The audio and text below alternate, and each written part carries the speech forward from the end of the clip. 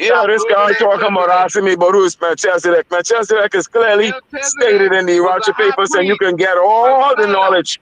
But if you ain't want to do it, and you want to say that the book ain't real, then why would I argue with somebody that is telling me the foundation of his argument is in the Urantia book, and the bigot is talking shit. Melchizedek was a priest of the order of Salem, according to the book of Hebrews. But so what I'm asking you is, who is he? You don't know because the Urantria is made up. It's not in Hebrew. Hold on, this guy looks like he need either some dick So you're lying. or some pussy. Michael L. going in, brother. Like Get him, brother. Get him. I ain't telling you no lie. This nigga sound like he's starving from dick or pussy. He wants something. I ain't seen Get him, bro. Hills, man. What you crawl up out of? You see how that religion do? Specific question. He's talking about crazy stuff.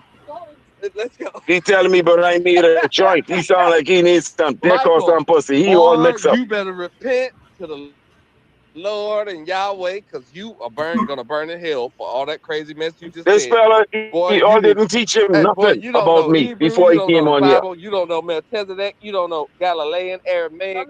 You don't know Arabic. You don't know nothing. You're a pseudo-judo. I understand. How you know? I understand. I feel your pain. How you know? I feel your pain. Not one of Michael's sons. Look, hey, I'm about to chop this one up. It's gonna go viral, and I'm gonna tag you in it. The Urantia book was commissioned by the ancients of days of Daniel 7 verse 9. If you want to learn, I'll teach you. Listen, I gotta take my wife. My wife calling about her son.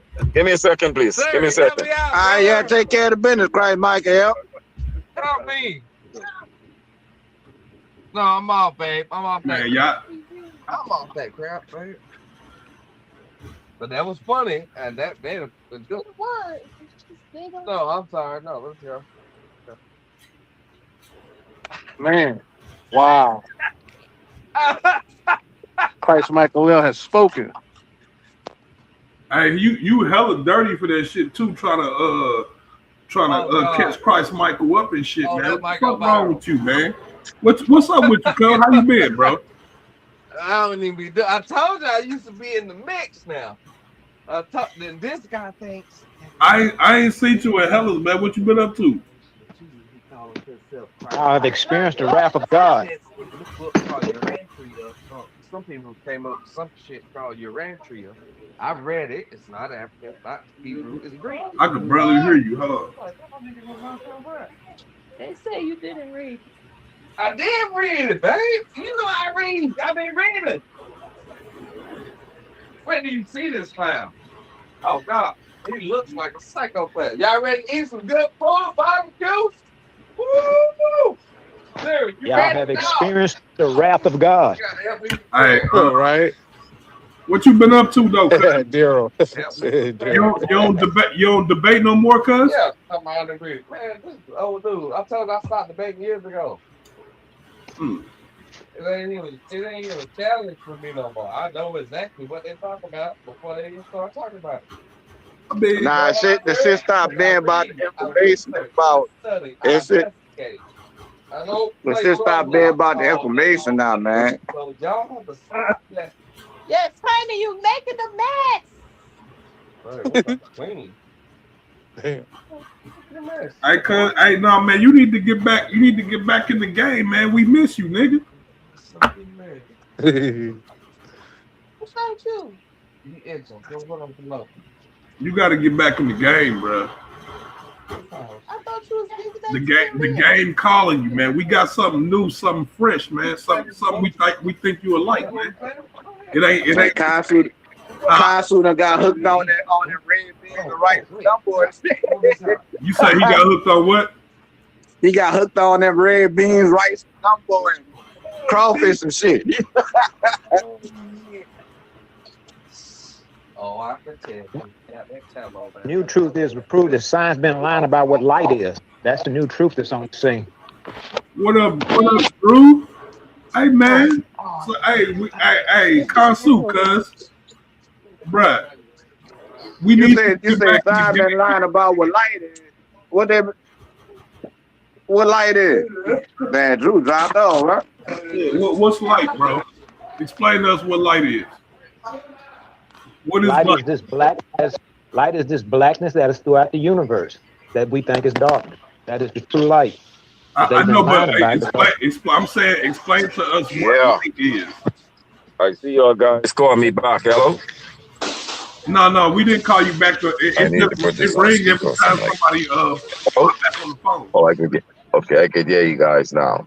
It rings every time somebody pick up the phone and hop on the call. It just rings everybody. Right. Well, I tell you now, man. Listen, we need to solve the world problems. I am the solution. Hear my solution. I want intelligent people to deal with. I'm tired of dealing with monkeys and chimpanzees. I'm not trying to be insulting to nobody, but I notice people like we supposed to be saviors of the world. We act like punks and faggots, man. I don't like that. I don't like it. We all could see what the world is heading into, but we believe we so fucking smart and they won't do nothing about it. And when somebody come to lay their line on it, then we acting like an ass trying to chip out the poison. I ain't into that. I come to save the world, and I'm looking for people who are serious. And if you all ain't serious, then I ain't wasting no time with you all. People come picking things to talk about. Let the world see that they can chop down Christ Michael. All this bullshit. Get him, Christ. I want to see who's in my black people when we can stand up. Right. So what are you saving the people from, Christ Michael? What are you saving us from? From their sins. I don't believe in sins. Well, you got to find out what is sin before you better decide whether you believe in it or not. No, I don't want to know what sins are. That's what people got to get. If people got to, that's the problem right there. Oh my God, I don't want to know what sins. You want me to tell you what is sin? You want me to tell you what is sin? No, I don't want to know. What is it? I think I'm innocent, but I don't know. I don't want to know anything. Well, I want to tell you. You need to know, because without knowledge you can perish. I don't want to know. Without knowledge you're gone. Listen, I just don't want to know. We were made incomplete. That means we have inherent in us potential to do evil, because we were made in error, which is incomplete intentionally, for the purpose of us to evolve into a righteous human being that is able to reciprocate with the Spirit of God, which is holy and righteous and fair and just and all these things. Now, because of the error, we have that potential for evil, but now, then we make the error, and then we continue making the error and don't want to stop making that error, that it comes evil. Now, what makes it sinful is when you are told and shown that it is evil, to change your ways. Now, when you refuse to do better, when you know better, that's when it becomes outright sin against God. Willful sin, knowing that if you're going to screw your brother's wife, you know that it's wrong. You cannot say that, man, I didn't have it in a month. I didn't have no pussy for a year. I didn't have no this, and I couldn't help myself. No. It's sin. It's too much pussy out here to fuck your brother wife. Well, you might go fucking without being married. That's sin. I think the problem. Then you know better. The problem is marriage. Like God didn't fucking make marriage. That's bullshit. Adam and Eve was never. Let's say, okay, you might as well go out and break all the laws of the land. You might as well go break every law and see what's gonna happen. I'm saying, right? If you don't obey the laws of the land, Adam and Eve. Nobody. Well, listen. It is better to marry than to burn, even if you got to have more than one wife. You know what's going on in the black society. We have a lot of women pregnant, and their children are growing up without a father. I want to heal that. I don't want the children growing up without a father. I want the men to marry the women who they have children with, and let all them children know one another understand one another, and build a stronger community and family. It shouldn't matter. It shouldn't matter if they have babies or not, because we all gonna take care of the babies. So it don't matter if they have. No, you can't take care of the baby and send a couple of dollars.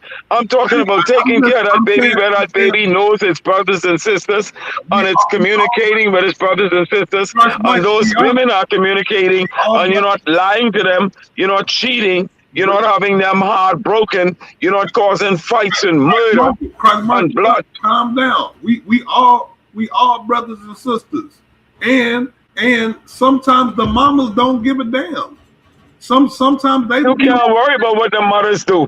You have to do what is right to do. You gotta take charge. Yeah, but you just said that you just got to telling me all about the women's woes and their sorrows. So all I'm saying is, if they want a husband, or they want somebody to father their children, then they'll get with one of these good men who is a polygamist who can take care of multiple children. So they want that life. They want to be the polygamist. I understand the polygamist, because that's just. I'm saying women who are single with children want to be single because they're not doing the shit that it takes to attract men. That's why they're single. Well, attracting a man. See, you as a man must take charge. If you know that you have more than one woman, you know that you have the children. Then you must realize that those children must know one another, and those women, you must be honest and transparent. Otherwise, you're gonna have a broken society with a lot of broken hearts, and a lot of broken bones, and a lot of blood. That's the reason why we get all these wars. If we cannot heal the family, then how are we gonna heal the world? How are we gonna heal the nation until we heal the family? I think you're right. Looking at it wrong, right? So I think we're looking at it wrong, right? We're saying that because a woman get pregnant and the father not there, that's a bad thing. And I'm saying it's not necessarily a bad thing all of the time, right? So it's not it's not absolutely bad, right? So it's like, don't throw the baby out with the bathwater. Some people are better off as one parent. Some people not very good parents, but they produce children, and those children grow up to be productive members of society. So it's like, I mean, it's a give and take. It's the good and the bad. I understand. You're right. Just like abortion. Abortion is bad. Killing your children is bad. But yet still, in some cases, you must have an abortion. So you can't just say, yes. Did the ancient Israelites have a form of abortion? Yes or no? I feel that there's a form. There must have been a form of abortion. Let me answer the question. Just like I'm a follower of the ancient Egyptians. The ancient Egyptians did have a form of bro, you better follow me this time. Hold on, they didn't have birth control, they had contraception. You have to get in line with what you're saying, sir. If you're saying one thing, you got to get in line with the teachers, the facts. First of all, you said something, you didn't even let me answer. Boy, you done lost your mind. Go ahead. You said that they have abortions back then. If you read in Revelation chapter 2, where Jesus said that they encouraged the children, encouraged the females and the males to commit fornication and to eat foods, sacrifice to idols, and also to pass the babies through the fire. In other words, they were killing babies. They were doing all kinds of nasty things. They were doing the kinds of things that Jezebel encouraged, that encouraged abortions, because they were bringing babies that were not being fathered. The priest and those was grinding. The priest and those was selecting the virgins to screw the virgins. Christ Michael, we Black Americans, dog. We don't do none of that type of shit. We do it in another way. We have a more sophisticated. We have a more sophisticated way of fornication and all that. We're very loose. We're calling it fornication. It's not fornication. It's just fucking. It's fucking. That's normal. There's nothing. No, there's my nothing. brother. There's nothing evil. There's just eating, but you can't eat. It's just fucking. It's just sex. It's not. Bro. That's what you want to say. It's just sex.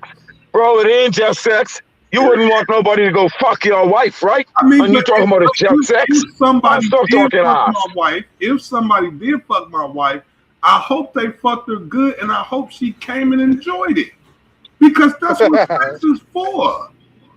I'm sorry for you.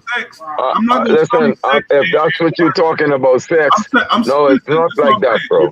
We're not gonna sully sex just because some people are immoral or because some people do things wrong. We're not gonna sully sex, making it seem like it's bad. It's not bad.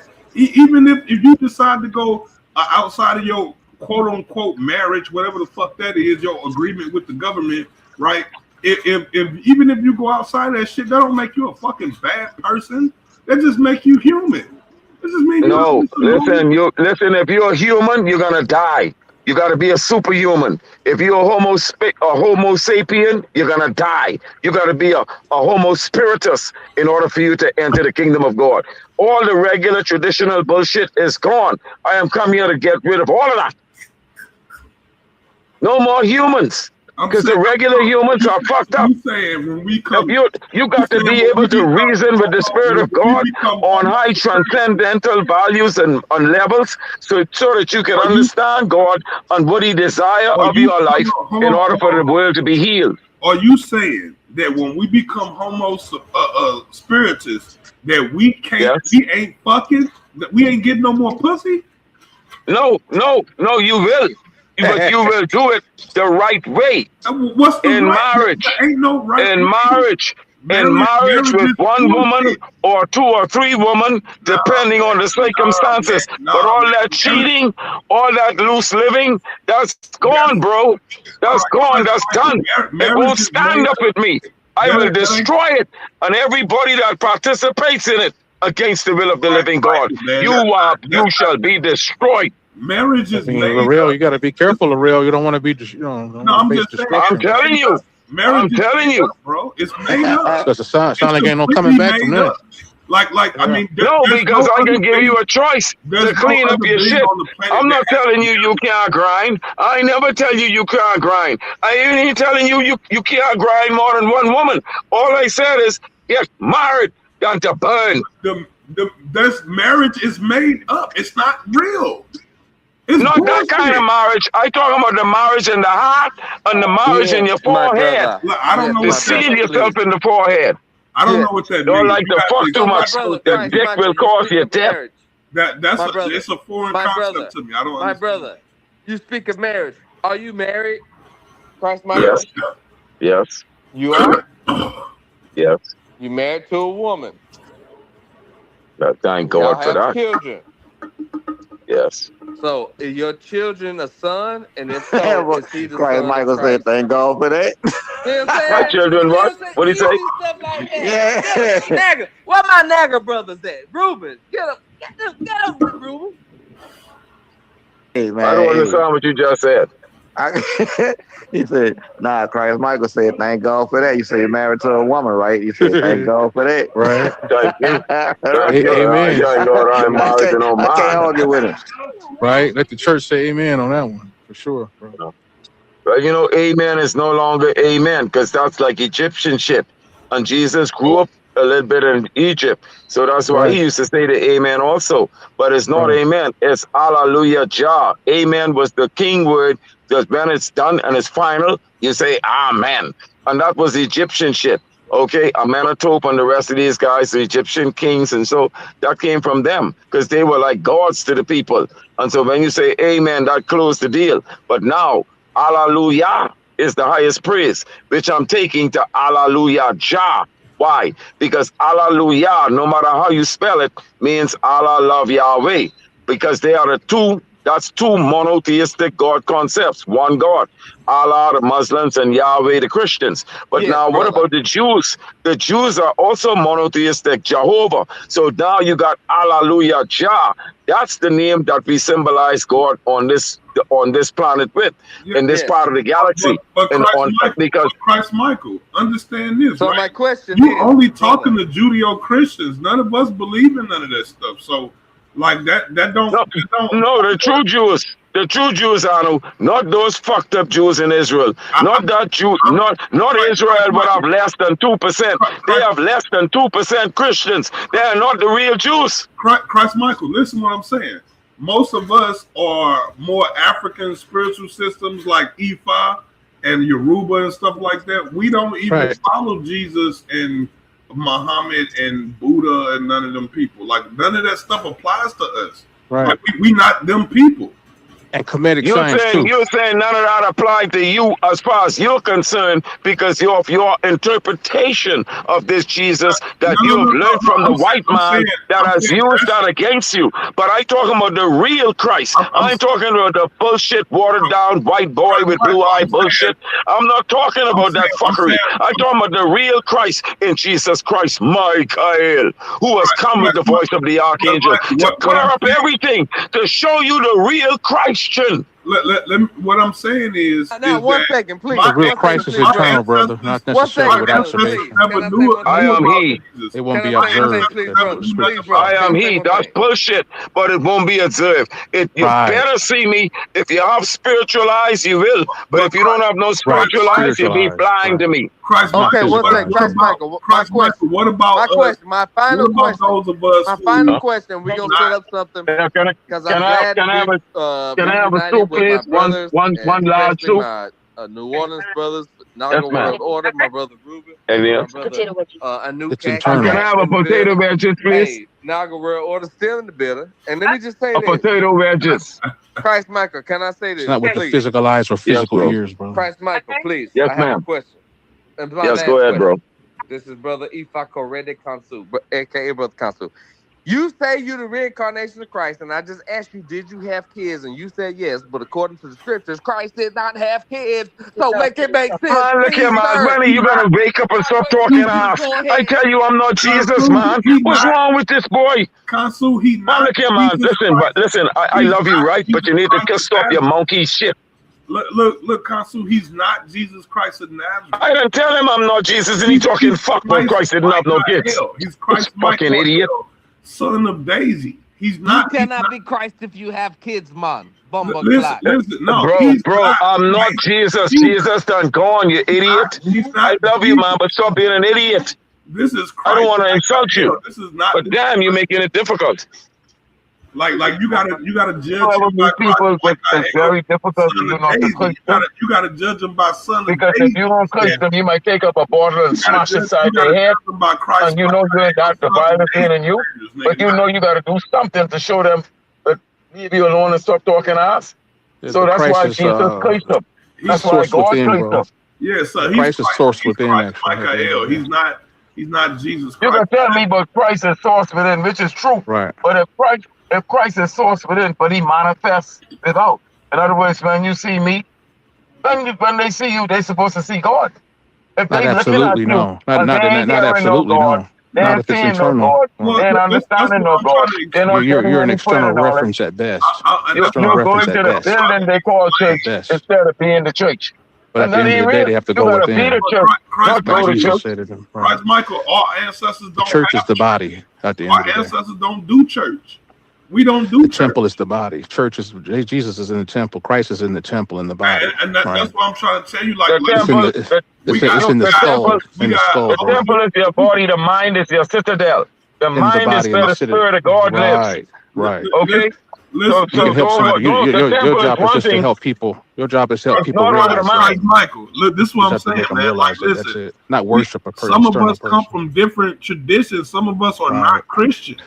Some of us are not Jews or none of that stuff. We ain't none of that stuff. You're okay once you're going to the absolute. That don't mean you can't learn. Why would I want to learn? Don't go on the regular Christian. Listen, you trying to run your own shit. No, you're trying to say Christ Michael ain't real. No, I'm you think I'm not real? Not absolutely. Watch that. Absolutely. Once you speak in absolute, you're good. No one's dismissing you totally, but no one's going to worship you totally either. Yeah, it goes absolute in both directions, bro. I'm saying we don't come from those traditions, right? So my ancestors didn't know no Jesus. You see what I'm saying? They didn't know Abraham. You go right ahead about your ancestors. If you don't do better than your ancestors might make it into heaven, but you might not. I'm already doing better than my ancestors. We doing good. If you denying Christ, Michael, you can't do better than them. I'm saying, well, why didn't you come in like E5? Because that's our traditions, and like that's what we recognize. So like you should have came as like Otala or Shango or Ogun. Man, let me tell you something. You're looking for somebody to suit your shit. You need to stop your selfishness, bro. It's not that. It's just even in the Bible, it tells you that they send messages from their own people, from their own culture. One time ago, you was intelligent, Anu. Anu, you was full of wisdom. You were intelligent. You and your wife would come on there, and you all had shit going. Well, all of a sudden, you switch on me. You switch on me, bro. You switch on me, and it looked like you carrying your wife down the fucking tubes with you. I'm not switching. I'm telling the truth. I'm telling you the truth. Like you switched a long time, bro. One time your wife used to praise me and look for songs and shit, and you was right there running shit, but you turn shit around. See, Christ, you know, you let things fuck up at your head. Christ, Michael, listen. My thing is God is light. Light is electromagnetism. That's what I do, right? And that's as far as you go. Did you read the Urantia papers on energy, mind, and matter? Did you read the Urantia papers on energy, mind, and matter? That's not as far as it goes. If you would have let me continue, I'm asking you a question. Did you read the Urantia papers pertinent to energy, mind, and matter? Did you even just listen to it? Yeah, so that you could know this electromagnetism shit, so you could know where energy come from. I mean, have you wrote any literature? Have you recorded Revelation, brother? What are you doing? You have to record your own revelations, brother. Go and relax. To the true Christ, right? Christ, Michael. What about all Christ record their own literature to some degree? Yes, you will see the book when it comes out. Where's your scriptures? Right, you need to put. I would put that before I go too hard body with this stuff. Condemning people, absolutely. Christ, okay, if I send you one of my little brochure should have enough information for you to digest and get a little picture for you to be able to comprehend at your level. Christ, I will send you my brochure. Cool. Appreciate it, brother. I wish I had one of y'all on the show should have had my brochure on the show because it's right there. But I'm gonna put it on the chat group. I'll put it on the chat group so that y'all can see it and check it out. Because this is life and death. And if I'm afraid to tell y'all, and if I don't deal with y'all, then I ain't no better than y'all. If I'm scared that y'all are not gonna like me, if I'm scared that y'all are not gonna believe in me, if I'm scared because y'all gonna call me crazy and all that shit, and I don't tell y'all for my own soul's sake, at least God is gonna know I did my best to reach out to y'all. I did my best to do everything possible to warn y'all. I told y'all there's gonna come a time, it ain't gonna be no more warning. And when it happens, you're just gonna be screaming. And you're gonna, some of y'all that's fine. That's fine. They have to pay the price. They have to pay the price and learn in their own due time. Everyone's not gonna wake up, bro. We have to be okay with that. It ain't gonna be no time. It ain't gonna be no more time. We always have time. The scriptures were revealed in the Abrahamic text, and then there's a time, and then there's a judgment, right? It's not absolutely revealed. No, if you don't listen to me, right? It's not written that way. There's a time between revelation. Just follow me, so there's a time between revelation and judgment. Okay, and so I'm not sure. I hear you, but I'm just looking at the logic of it, bro. The people have to be given a chance to see and to realize. Well, y'all are given plenty chances. You know how long I've been with this shit with y'all, man. Well, you can't say absolutely. You don't know the people personally, brother. No, maybe you, but I'm talking in general. Right. I'm telling you about my black brothers and sisters. It's fucked up. Right. From your experience, I can hear you from your experience, right? Well, you're gonna die. You're taking it like a joke. You're scoffing at the prophet of the living God. If they don't receive you, you have to let them go find out if they don't receive you. Make it doing that. I think if they don't receive you, you have to be able to take a deep breath and let them find out on their own. Bro, let me tell you something. If I find out that you don't want to receive me, I'm gone from fucking here. Y'all are not gonna cause my blood pressure. Y'all ain't waited. Right, exactly. Right. Y'all are not waited. Right, exactly. Because y'all hate people. Right. Y'all hate the truth. Y'all got a lot of pride shoved up your asses. It's no absolute. I tried my best with y'all, and I ain't wasting no more time. Hear my word to y'all. Hear my warning. I'm not taking it anymore. I'm gonna send my shit. Y'all take it or leave it. There's no Bye. threat. There's no threatening with the word either, as well. So it's Bro, not I'm the going. No, I uh, ain't threatening y'all. I promise sound y'all. like a threat, If y'all bro. don't change your fucking ways, y'all are gonna die. Now we do know there's a universal law that dig ditches for those who attempt to cast spells on people, bro. You know that, right? I You telling have to be y'all, right. I You have to be am able to prescribe. real. Take your own I am medication. You prescribe, Michael. brother. I ain't saying nothing else to y'all. I'm out of here. Okay, I No, promise y'all, like I stay. said Hang in the out. No, I want brochure. to stay on the phone, brother. No, I'm not staying on the phone. Y'all want this or you don't fucking want it. You can respect me or fuck all of y'all. I'm Get me? gonna mute out. I can and get let him finish. respect or fuck y'all motherfuckers. Bye. Don't fuck with me. Y'all can respect me or fuck y'all. No, bumper clot, Ralph. Rough clot, bumper clot. Ain't need no fucking body. I'll do it You on have my to be fucking able. You own. have to be able to stay in the cool and hold your temper and set the example at the end of Oh the day. boy. And then maybe the people leave their ears open for what you have to say, brother. This is how I reach I people. dropped the StreamYard link. This is how I reach people, brother. You know, and there's some pressure, there's some passion, you know, but I have to fall back, so I don't. I have to reset myself. And like the prophets in the religious text, they actually go meditate and recharge themselves. Stay humble. To stay humble at the end of the day. You're not the source, God. Absolutely, you're an agent of it. So at the end of the day, you stand down as a result and let the people find the God in their own way. You can help them do that as the external Christ, but at the end of the day, it's an internal individual salvation, right? This is what the scripture says, brother, and all of your ranch and all of it. He's gone, bro. He's gone. So, well, you know, just for the, you know, it's for the general consensus. And so, the beating the people across the head with a stick, taking what you know and beat them across, lumping the people's head up is not going to, whatever, you know, I'm not going to call him crazy or whatever, but he doesn't make any sense at all. What the hell? That's crazy. Yeah, he's absolute all over the place. Yeah, anytime people speak in extreme absolutes like that, usually it's demonic and or ignorance, or they're trying to mislead you, or all three at the same time. Damn. See? Hands down at the end of the day, period. You know, and so you know, and that's why he got off. He has to run back into the shadows. He's running back behind the curtain. He ran behind the curtain. And that's crazy because I like Christ Michael. And my thing is, me too. I wanted to stay on. I was like, I can mute out, bro. I'm like, go ahead. I'm about to mute out. Yeah, he was like, man, you hung up. My thing is just like respect go both ways. You know what I'm saying? At the same time. Like it's like shit, you guys are all shit. I'm like, dude, what the understand that some of us don't follow Christianity. So you coming in the name of Christ, Michael, Jesus, Abraham, fucking the Holy Spirit, and all that, none of that shit don't resonate. I mean, that pissed him off. That shit heated his ass up, dude. It don't resonate. So like you gonna have to talk to call, dude. You're gonna have. I'm talking in calm. He cussing me out. He's like, well, I'm talking just like this. And so that says a lot. It says it was very revealing what just happened with him.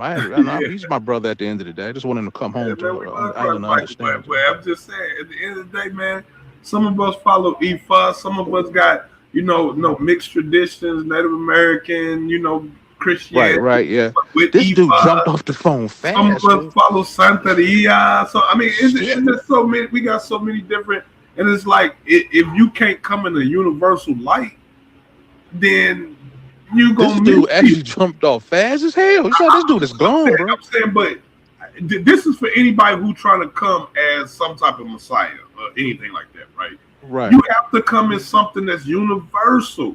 If you come as something that's already basically there, like the Bible, Judaism, you know how long people been studying that shit? People been studying that shit their whole fucking life. So when you come, this dude got heated and got lost. This dude got lost. They're gonna always challenge, right? Because they know the information, which is the reason why I've always told him, why don't you teach the science in the Urantia? Yeah, he go from one extreme to the other, and he go from the other to the other. Like, dude, what the hell, bro? If he actually just taught the science of the Urantia, right, he would be great because nobody understands that shit. Nobody. He doesn't know it. He doesn't know the Urantia. No, he knows it. I've talked to Christ Michael. He knows. No. I just said, let me just run to get this point out. Based on what I've heard today from him. Based on what I've heard from now, mind you, the dude is not necessarily just 21 years old. This guy is actually up there a little bit. He's probably older than most of the people on this phone, to be honest. Just to be honest with you. right? And so, I mean, it's just what it is. And so, given how many years, X amount of years he's been studying that in other texts, even other books, I'm pretty sure he's read others to some degree or whatever. He just living. Dude, you could surmise everything he's experienced to what he culminated today. Dude, he don't know anything. He knows next to nothing. Guaranteed, he knows next to nothing. Did you just hear that display? His energy and his whole energy and personification is hideous on all levels, physically, spiritually, and you name it, in between. He's hid. And look at him. He dismissed himself, and rightfully so. He should have. And if I ever act like that, if any of you ever, please dismiss yourself out the back door, please. We already dealing with enough hell and strife on the planet, particularly right now. What we're dealing with, this racial climate we're under right now. We got time to deal with that bullshit. You know what I'm saying? He even dismissed himself. He knew it. I didn't have to. He cussed me out. Then he left. Nobody didn't kick him off the call. See, he refused to stand corrected. I got time for that shit, bro. Like you said, everybody's not all absolute up with the Christian thing or whatever. You talking about you went to coining new terms and all that. He tried to shoot down the amen. You know, he don't even know what amen is. He have no idea what amen is. And that's my whole point is You don't know what amen ain't is. Christians. So what you finna do? What you finna do? Because some of us not Christians, bro. So Right. you need to figure out something else. Something else need to go into play here. All right. And based on that Urantia book, it goes in a lot of different spiritual aspects. He didn't touch any of that. He speaks mainly from a Christian context. And that's how I know he don't know. He don't know what Melchizedek really is about. He don't know what any of that stuff is, man, in my opinion. Based on what I've heard, you would hear his logic and his knowledge and wisdom, and above all, understanding in his tone. His tone is cursed and hideous and cursed from what I could put, from what I heard. And I'll speak for myself.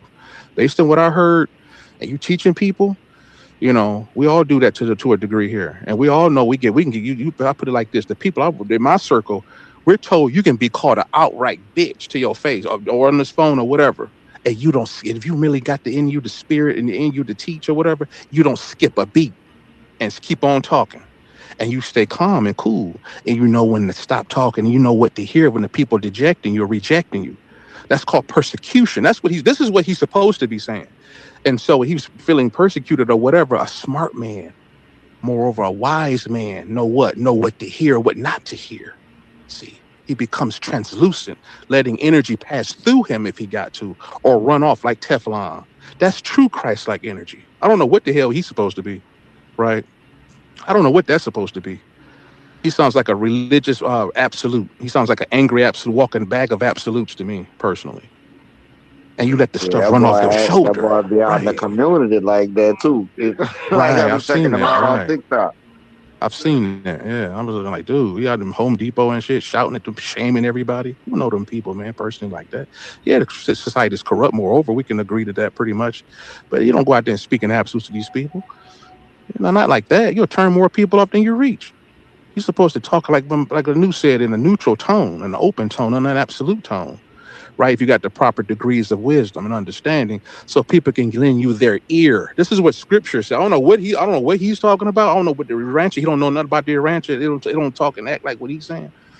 That Urantia ain't nothing but some straight bull crap. Urantia is beautiful. Nigga, you tripping. Ain't got nothing to do with Hebrew, Aramaic, Galilean. It might not got nothing to do with it. Urantia is crap. Christ Michael is a freaking moron. And that's it.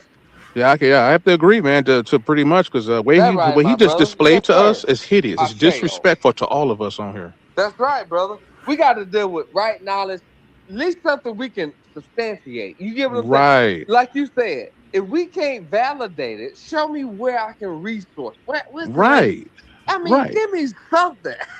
We're not on here in bad faith. He's in absolute. Right. You're all full of shit. Right. Well, we're not talking to him in bad faith. I mean, my brother was having a little fun with him earlier, but you know, he kind of chilled out. We was kind of just rolling with him, man. With the shaming and mocking us and shit. That's right. That's projected anger and hate. Dude, have you hit him? When my brother said, when you stopped him, bro, was a good point. I was thinking the same thing. I was right with you. He said, "Are you married, bro?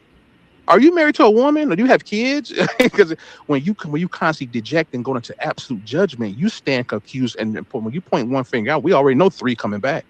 Thanks. See, I was with you when you asked him. I was in the background crying, like, "Get him, bro." Yeah, and it's the easy. especially you got a lot of pseudo science people that claim to Right. be reincarnations of Buddha. Some people claim to be Tahuti of Egypt. Some people claim to be Buddha of the Asiatics or whatever. Some people claim to be all kind of stuff. But if you ask them, their lives supposed to match the lives Right. of those. You Right. get what I'm saying? Right. And if it don't, something ain't Right. right.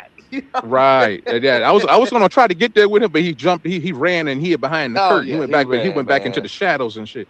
Which is that's where separation. My other part of my moniker is not only absolutes are false, but as well as separation. His vibe, his frequency, per the law of resonance, he was out of resonance, and so he had to go to where he was comfortable. So either where people are worshiping him, or that people just don't simply, know no better and they're more receptive to what he got to say. For whatever reason or another. And so, we all have our own vibe, which given our message and our vibration brings in, and so we can hensely attract our tribe, right? Like a tree. Each tree has unique fruit that attracts a unique set of animals and insects. Whatever. This guy here, I don't know what the hell he attracted. I mean, he got a vibe. I mean, he has a vibe. That's undeniable. But dude, he better not ever coming up on when I'm on this motherfucker, man. He got literally undone in fairly short order. I didn't even get started on him yet. Been wanting to get on the phone with him for a minute. He gave me his phone number a while back. I never called him. He was into my DMs, gave me his phone number, told me to give him a ring. I'm like, dude, you don't want to talk to me. You don't want to talk to me, bro, at all, bro. Boy, That's that bullshit. dude You mean, got what do you mean the crisis within? That's bullshit. How are you rejecting me? Get your demonic ass out of here speaking in absolutes, man. Nobody don't owe you salvation. Who do you think you are? All right. Who do you think you are? And he couldn't stand the Inquisition. He couldn't stand to be scrutinized in his footprint. That's how you know he's what they call false prophets. The church, I used to be a Christian back in the day. They talked about false prophets and things that will come in the so-called end times. And some would agree that we're in now, quote unquote, end time. And so he represents that to me, the old church. The church rendition, remember the deacon told us to be wary of false prophet, and all this other stuff, but he's a hot mess, dude. I thought I gave him more respect. I'm kind of surprised he jumped off so easily like that. I lost a little respect for him. Lost some respect for brother, but what about your boy Daryl, man? I thought y'all was gonna go back into the black light thing, man. I would have rather do that instead of that. But. Right. Yeah. I've talked to Dale about the light thing. And he can't articulate his point. Nope. When we get into surgical steps and procedure, when we go for the incision and we sterilize the tools and arrange them by order of priority on the tray. And we have supplemental staff. He gets lost in all of that. He gets lost in the logistics of it all, man, articulating his point. And he just skipped right over this shit. If they do, you can't say this, do that, move into this, and then we have the black light, which come from that. I said, you can't say come from that, bro. You can't say moves here and go there. You can't. You can't say that, bro. You get, you saying, yeah. It's actually kind of sad.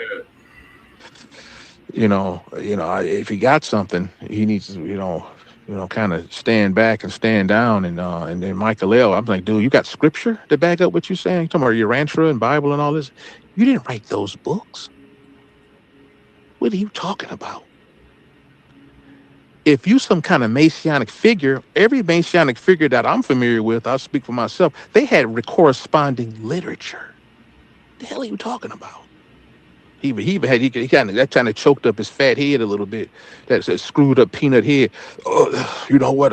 I do actually have a book that's coming out. I should put it in the back. Yeah, put it in the back, fool. You foolish fool. You foolish fool, you, man. They've been about 65 or some shit. He look like it. Yeah, right? Foolish fool. Put that shit in the back chat and shut the fuck up. Let the people digest that shit and give them time with your absolute ass. There is no time to your ass up. He ran off the phone. I have to go back in the shadows. Wait till this. He's probably hitting his mind like, I'm waiting till this guy leave. I'm gonna talk to Anu by himself because he got sense. He got more sense. This other guy, man, he's a cursed being. He's doomed for the hellfire. He's right over there like this guy's doomed for the hellfire. Someone there's no time. And what kind of absolute ignorant ass shit is that? I said, there's always time, man. Well, we know that. I mean, we've always practiced religion to some extent, right? And even as we understand where we are now, we know that there's a revelation. There's a point of, revealing to what you've received, right? For point of zero, T0, right? And then there's a point, and then at some time or whatever, in some amount of time that passed, right? No absolute. You come to arrive to some kind of point of agreement or a point of change and so forth to receive yet more or whatever review what you've already. That's how school and university is set up. That's how my circles, man. That's how we establish and assess spiritual degrees, as we call it. This fool talking about there is no time. What the hell, dude? There is no time. It took time for him to say that shit. See? Yeah. He say about to destroy everything. Right, all you talking about is destroying everybody on the phone, destroying everybody that's on the world, everybody on the phone. Just like an Abrahamic motherfucker. That's what they the do. Fuck, bro? Right, a goddamn demiurge. That dude's a demiurge, bro. He's a demiurge, and he's lacks emotional control, which is likened to almost an absolute female construction. So notice Sophia, the root source of her own philosophy or her theology, hence the word theosophy, which is about her deviating and shit, like this guy. Pretty much the male version or the female version. He's a demiurge. Notice demiurge don't have a male father. Almost so it's act like an absolute female because it just has a mother, no father figure, right? So her ignorance has deviated from the divine light, which is masculine, source of knowledge, right?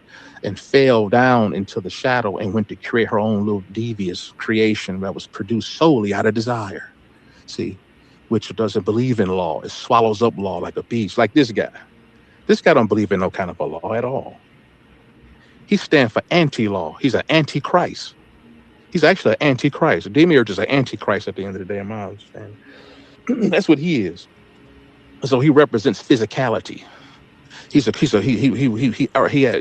likens himself to a server, a serviceman of the physical creator that would create the physical world. See, that's what he is. And things like that. I won't go ahead of myself, but you get the idea. And so she had to redeem herself for her hideous creation. The Gnostic text says she was so disgusted by what she created, she threw a blanket and tried to hide that motherfucker. And he went and created his own private world so he could create his own little creations to worship him and shit, and those little helpers and shit. That's what his ass is. And he's arrogant as hell. And I told him, I said, man, stand down and be humble, bro. That motherfucker hung up. I think he hung up. I think that's when he hung up, wasn't it? I think he hung up after that. Your ass out of here. A man of so-called God is humble at all times. Look here, having panic attacks. You're not receiving me? Get your ass out of here. Man, get the hell out of here. Who do you think you are? You didn't write no books. You didn't write no scriptures and shit. Right? I mean, man, shit. Man, it's like he be saying some shit that you could agree with, but that get lost in the motherfucking sauce when he go to tripping. Right. That's just get lost in the sauce. Right. Fear mongering. Like a demiurge. Remember, demiurge didn't have a father. His mother was doing everything behind his back. The little bit demiurge did do, the mother was puppeteering behind the scenes, unbeknownst to him. And so he doesn't come from the male of the source of the light of the knowledge. So that's why, in part, why he's called the blind God, right? In that regard. It's like a thick ball of femininity. Hell, even his birth was actually premature, right? So what he's incomplete. He represents the 666, which is partially codified as incompletion. Beautiful to some degree. Creation could be very beautiful and seductive. Like this guy. He seduces motherfuckers, man, with his, he'll try to dress his words up in a way to seduce a motherfucker, to hypnotize a motherfucker.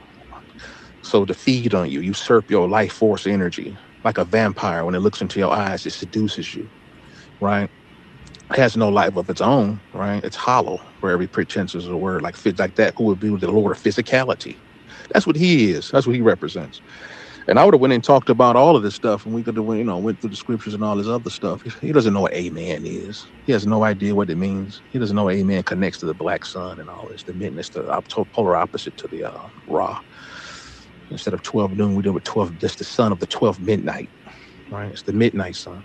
This fool don't know nothing about none of that. He don't even know how to handle trolls. Like handle dude. You son of a bitch. Yeah.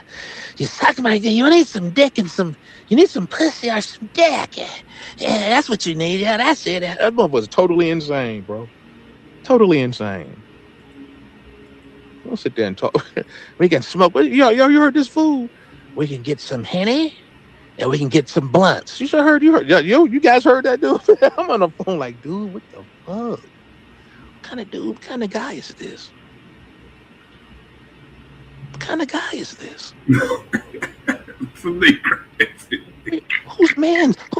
Laurel, whose man's is this? Laurel, whose man's is this? That's what I wanted to ask, but I didn't want to be too disrespectful. You had me dying, Laurel. I'm in the background, Laurel, trying to humanize his ass and talk to him on a basis. I'm in the back cracking up, man. You making him make them faces and shit. Bruh, nigga, the camera kept on freezing and shit, and his eyes was big as hell. Oh my God, dude. He jumped off the phone fast as hell. He jumped off very fast, and I wasn't trolling him like dude was. You think he would have jumped off? He preferred to stay on and argue with my man. Exchange blows, beast with the beast. Everybody know the text say you can't beast with the beast. You will lose that battle. See, that's why I want to argue and fight with him, because he would win that. That's his frequency. And the guy who was trolling him, you know, he kind of would go back and forth, but it was going back and forth. But when you hit his ass for logic and reason, that motherfucker, he jumped right off the phone like, no, I can't, I'm out of here, dude. I ain't got to deal with this. Hey, come on, you switched up on me. I never switched up on you, nigga. I told you I wasn't down with that shit from the get-go, nigga. When you told me about putting the tattoo on my motherfucking head, nigga, I was like, hell fucking nah. I'm the tattoo. I was like, you knew better. You was smart there. What happened? Get out of here, man. He changed up. I'm willing to help you. I'm willing to Rube was cracking up here. Rube, you might be just. I might just go ahead and just destroy, get it over with, and destroy you now. I was like, oh shit. Shit, Rube. I mean, I said, dude, you might not want to push him, man. So you might set yourself up for some form of destruction. He won't. Shit, dude. So you can't take your own medicine that you prescribe. Notice when the tables turned on his ass, he couldn't take shit. He lacks ability. He who is a true Christ personification is he who has a lot of ability, spiritual ability. He could tell you don't have no spiritual amplitude or ability at all, little to none. You know, from what I gather, just from that little few minutes of conversation. You know, he got the hell out of here fast. You know. He shouted a few profanities and obscenities, and he got the hell out of here. You don't sit there and tell nobody to smoke no goddamn weed and tell nobody to drink some goddamn liquor. Where the hell they do that at? That's scripture. You know what I'm saying? Even in the Christian context, they don't advocate that shit. I went to the church before. They didn't say nothing like that. They try to get you to abstain from that kind of stuff. He said, drink weed. This nigga talking about, get a blunt. You heard this fool-ass fool? Come in. Wow. Someone get a Hennessy and have a good talk. Probably a funny guy. Probably get drunk and man get to rub on the body to do some things. There's no telling, man. Get some alcohol and we can really have a conversation. What happened if the person that you're talking to have a weakness for alcohol? See, he don't think about that. That person could be a drunk and shit. You know what I'm saying? What happened if I'm a drunk? You don't sit there and endorse me to drink alcohol with your ass if I'm trying to connect you on a spiritual amplitude situation to try to, you know, resonate with you on that level. I may need spiritual guidance to help me curb the demon that's feeding on alcohol, whatever, you know, inside of me. This fool, he skipped all of that shit. Let's get you some alcohol and some blunts. Let's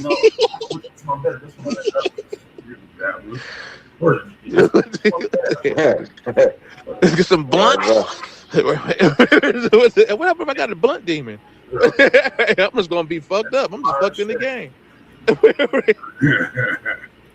What happened if I got a cocaine demon? Whatever. Listen, like heroin, cocaine cowboy in this bitch. Right. What happened if I'm worshiping heroin? What the fuck? He get with his ass. I'm just gonna pray. I'm gonna be sacrificed to the motherfucking heroin gods. And you wasn't worthy anyway. Clearly, you didn't surrender. So, you know, there is a price. That fool-ass fool would try to rationalize your goddamn demise, bro. Yeah, rationalize your shit being fucked up. You didn't receive me. Yeah, motherfucker, get your ass out of here. And him to be that old like that, he should be fucking slapped in his face. Given how old he is, he lucky he got off this phone. I would have undressed his ass and dressessed him back. I would have stripped his ass naked, and then I would have put the clothes back on his ass, and then put him in the casket and lowered his ass 6 feet. And if he would have got smart, I would have buried him 6 more feet, have him 12 feet deep. What I got doing Christ Michael like that, man, that guy's hideous, man. You saw he was calling off on the young bloods on here, man. We like younger than this dude, man. And he's a foreigner too. You know that don't help. You know.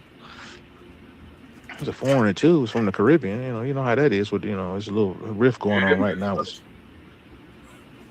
He was a violation and all the way around. This guy he was in all kinds of violation, bro. A lot of different levels, bro. God damn, man. Damn, that was crazy. That was crazy as hell. I recorded some of that shit. Oh shit, we live anyway. That shit was crazy. Oh, that shit was great. Okay, you live right now? Yeah. Oh shit, dude. Nigga, soon hey, there you go. Eyes get big. I click the live button. Fuck that. Nigga. I'm not gonna pass this up. Right. Yeah, man. I mean, well, that's good. That's good. He needs to get out there. Hopefully, he sees this. I ain't think he was gonna spaz. I'm not surprised. I get to you if it's something if it's something you worshiping, if it's some absolutes hidden up in your shit. If I talk to you enough and I just decide to go in, sometimes I listen to the absolutes from a lot of people. I just don't say anything. I just sit back in the back and don't say shit. But him, man, the way he started going off feeding and chewing on motherfuckers. Yeah. He started chewing on people, bro, at random. He just said, "Hey, who said that the Christ, the key, the Christ is source within? Who said that? Can I have your name, please?" This guy fucking said that the Christ was in. No shit, Sherlock. I'm like, man, what the hell? Well, the guy was like, "What's the Melchizedek? Did you read the arrangements? Fuck up there." I'm like, dude, what the hell? What the hell? Oh, this fool-ass fool, man. God, I've heard it make sense before on the other calls. I've heard it make some sense. But God, man, what the hell happened today? Maybe it's because his son was in the hospital. Maybe just say that then. Just say you're taking it pretty hard. You might have thought he was just worried or whatever, and you say you let us go because I have more important things to take care of. And you jump off that fucking call, man. That's what I would do. I wouldn't sit on here and tell you guys, man. Even when he had said, like, how you gonna fix the world if you can't fix the family? I'm like, he had me there, but it's like, nigga, once you go to church, man. He went over the deep end. Yeah, he did. Unnecessarily. Everybody wasn't trolling him up there like that. That was just my man. We wasn't trolling him at all. I mean, Kansu was. We wasn't. A little bit, yeah. You ain't supposed to act the fool even then. You're not supposed to piss your pants. You ain't supposed to jump out the window. You don't jump out the goddamn window, crash the fuck out the window and shit. Man, what the hell? Ooh, man.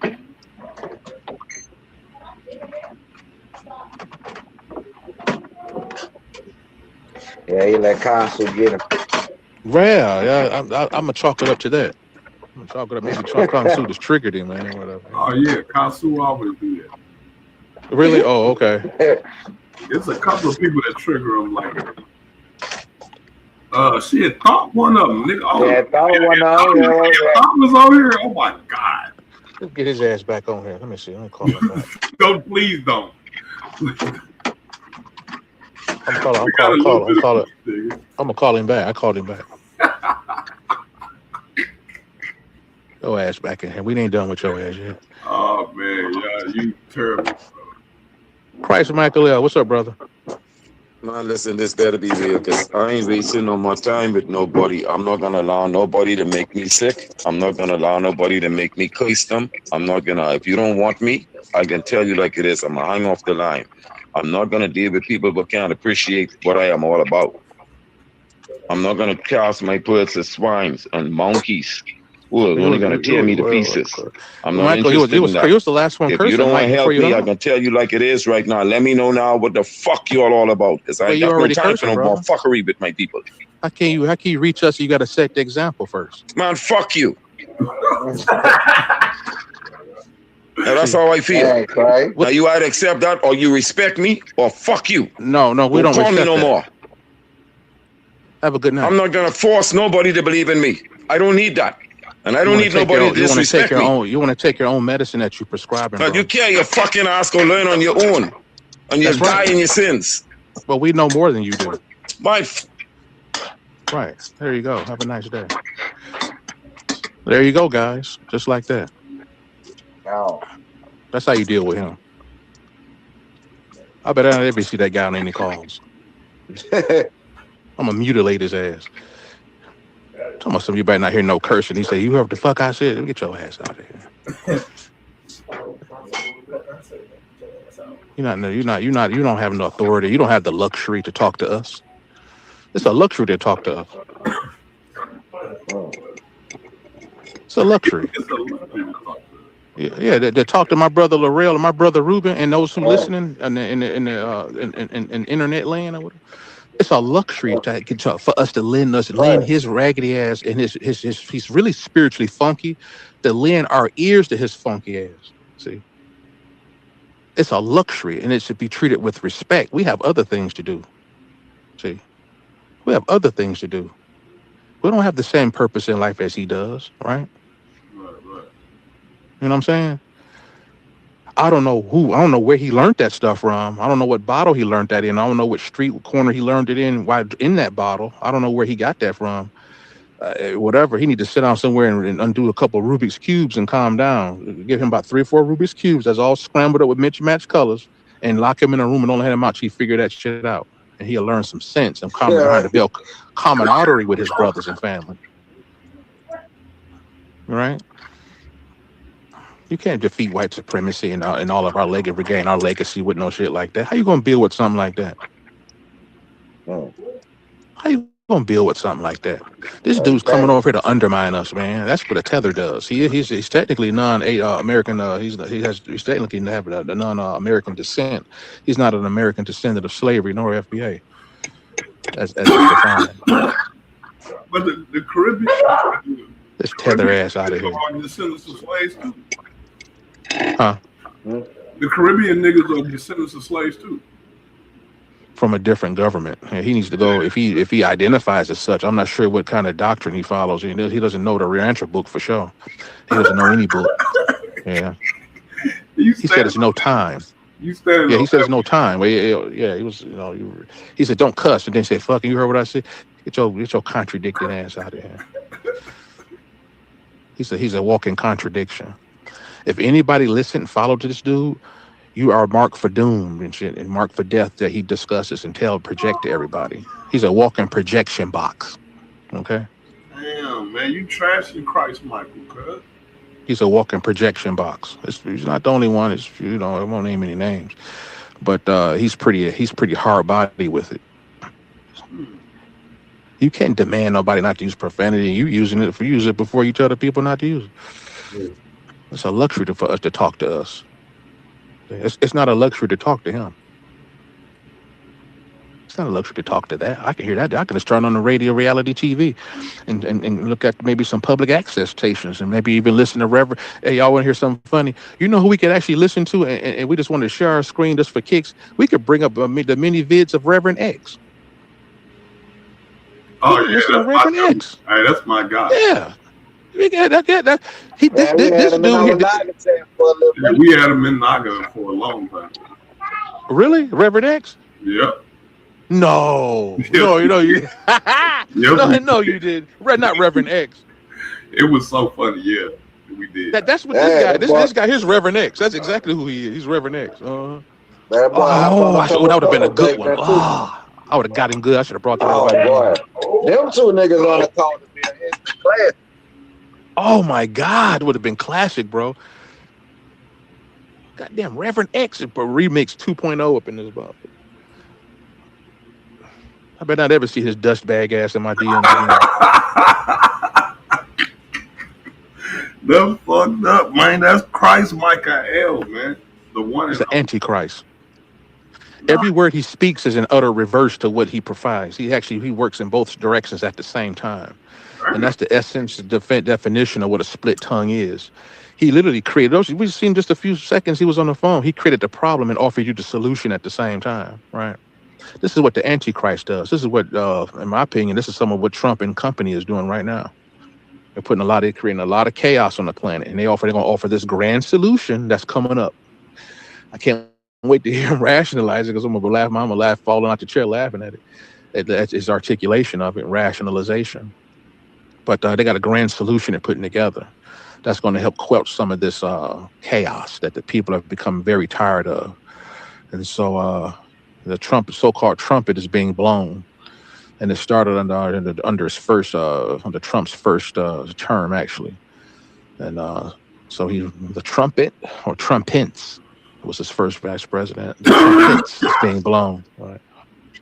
I'll just leave it at that. But yeah, it's very interesting. That's what this guy here works along the side of that damn thing. His frequency mirrors that, parallels that, in my opinion, based on what I heard him say. I'm just going off what he actually says and how he carries himself and his frequency. You can't question the dude. He speaks in absolutes. Some people may need to hear and want to learn. There's some people listening on the live that kind of maybe they need to hear. Maybe they're at that degree where he's at, and maybe they can benefit to some degree. No absolute. Nobody may not absolutely benefit from what he has to say. I'm not saying that. Like he is, right? That boy, the guy out a dog complex for real. So much you better not call me back if you don't hear it, man. You don't get your ass out there. You're threatening people. I said, man, quit threatening people on here, man. I'm not threatening anyone. Joe, that vampire ass. Goddamn vampire, energy vampire, feeding on loosh. Anybody? I know they cult information like the back of my damn hand. This is what we would describe this as a parasitic entity that feeds on loosh. Loosh is a occult term for negative energy and life force. And I'll just leave it at that. That's a term we could check out, you guys, if you're interested in that kind of thing. And so there's a lot of loosh on the planet right now being exuded. So he's part of but yeah. I ain't never heard some dick talking like that. He must really piss that man off. I'm just just chopping it up. I mean, unless we got another subject, I'm not like this dude. Listen to me, around. I jump off the phone, fuckers. Dude, what the hell? Man, what the hell? Goddamn abomination. Every word you speak is a blasphemation, and it's made up a word on his ass. A blasphemation in this motherfucker. Your ass out of here, motherfucker. And fast. Said, hurry up and get out of here. Shit, hurry up and getting out. What they say, hurry up, hurrying up. The boy that walk at the stores and shit just like that. It is your Lord and Savior, Jesus Christ, Michael. God damn, man. Something I need to go smoke something. You don't take your ignorant ass out of here. You ain't even smoking real marijuana, mofo. You don't want to have that conversation. Depending on where you're getting it from. You're not growing it yourself. You're not sourcing those seeds and that from the natural sources and so forth. You can probably go up the street, man, drunk, walking there and come out high. Now he high and drunk at the same time. And I'm disparaging him because how he treated us on the phone. I'm not really, disparaging nobody else who do something similar. I'm just talking about him specifically. Because I ain't perfect. I do some things, I'd get me a drink here and there, whatever, and do, but yeah, anyway.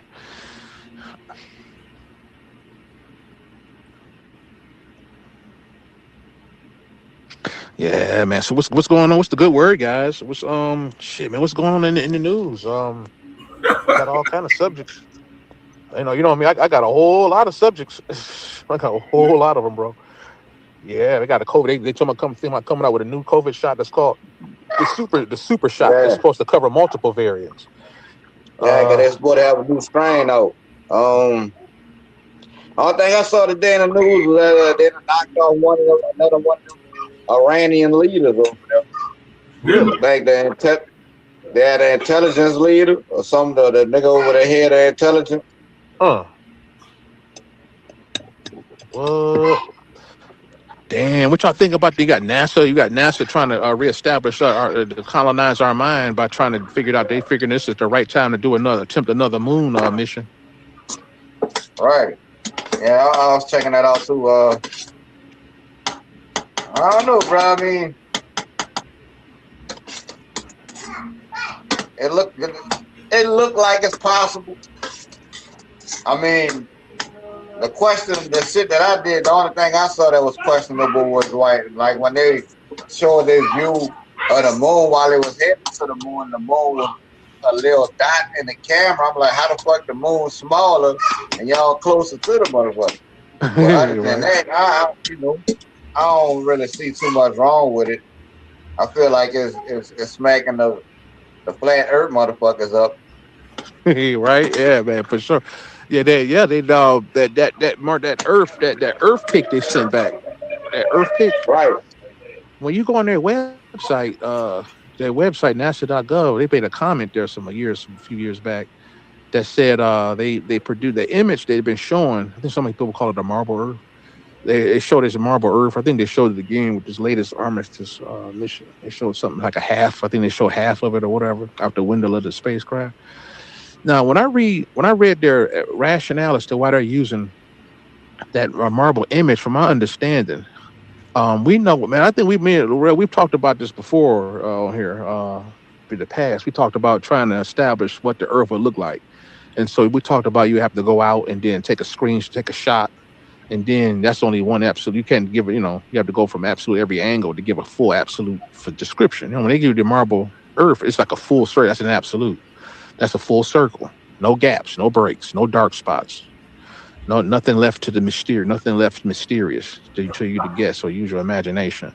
They give you a full damn sequence. And so on that website, they said, well, we know that it's not actually the Earth, NASA. That's not actually the Earth image. True. But we've seen part of it, and so we just kind of added other images to kind of we collaged it together because I know the weather patterns were different because of the color. It was different states of pictures, images being. So we just kind of smushed, we'll just edit over the differences and just kind of put it what it should look like if we did like a projection to something. They worded it to that extent like that. I took us looking at it here the other day and wrote it down, put it in my notes. It said what it should look like. Some motherfucker said what it should look like. They said they actually see what it looks like from all the way around at the same time. That's an absolute. That's technically what I call an absolute.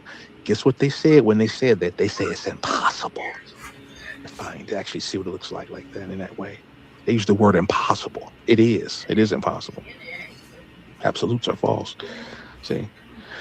And so something to keep in mind now when we look at those marble images, that's an assumption or estimation based on a small part. And like they said, I think they call it composite image. I think that means a collage or something like that. Yeah. And they just patch the shit together on what they think it should. Who the hell that's bad? They about like this damn guy. You know what I'm saying? They do it. What's up with all of these establishing demiurge talking points and demiurge energy, demiurge fucking images and shit? You can't demiurge the minds of people. What the hell you really think you are? Tell me what it should look like. Get the hell out of here. Like him on the phone. Tell me, what you should do. You should listen to me and all of this shit. What's that, Narelle? I ain't never people got a nerve, man. Yeah, I ain't tell us any damn thing. Like that in my life, nigga. What'd you say? Demiurge images. Yeah, No, you said that's some force. That's like forced authority. I am your authority. And it's not the true image. I mean, I think it should look like that. I mean, so I got the machinery and you don't. I launched the missions, you don't. So who should get the last word? I think we should. This is what that's what they said. Yeah, that's what that's at least what I gather from it. They said we're NASA. Who are you? When I say he's like, you know what? He's like, I'm Michael L. Who are you? Same kind of logic. It's like, you know what sin is? No, I don't know what sin is. I don't even want right. Like, if you gotta get saved from it, I don't even want to know what it is. Like, I'd rather be ignorant. Just let me be ignorant. I'm that way. Because once you know, fool ass shit. Once you know, now you held liable. Nah, I'm good. He gonna tell me anyway. Like, ain't that a bitch? Right. He feels some kind of entitled. I don't know what you think he is. He's entitled. They call that entitlement. And so he's an entitled religious zealot, fanatic. How you gonna do it anyway? Right. How you gonna? It's like that's kind of like spiritual rape a little bit. It is. It is a form of rape. Just not physical per se. It's even more damaging. It's an attempt to rape your mind along spiritual lines, right?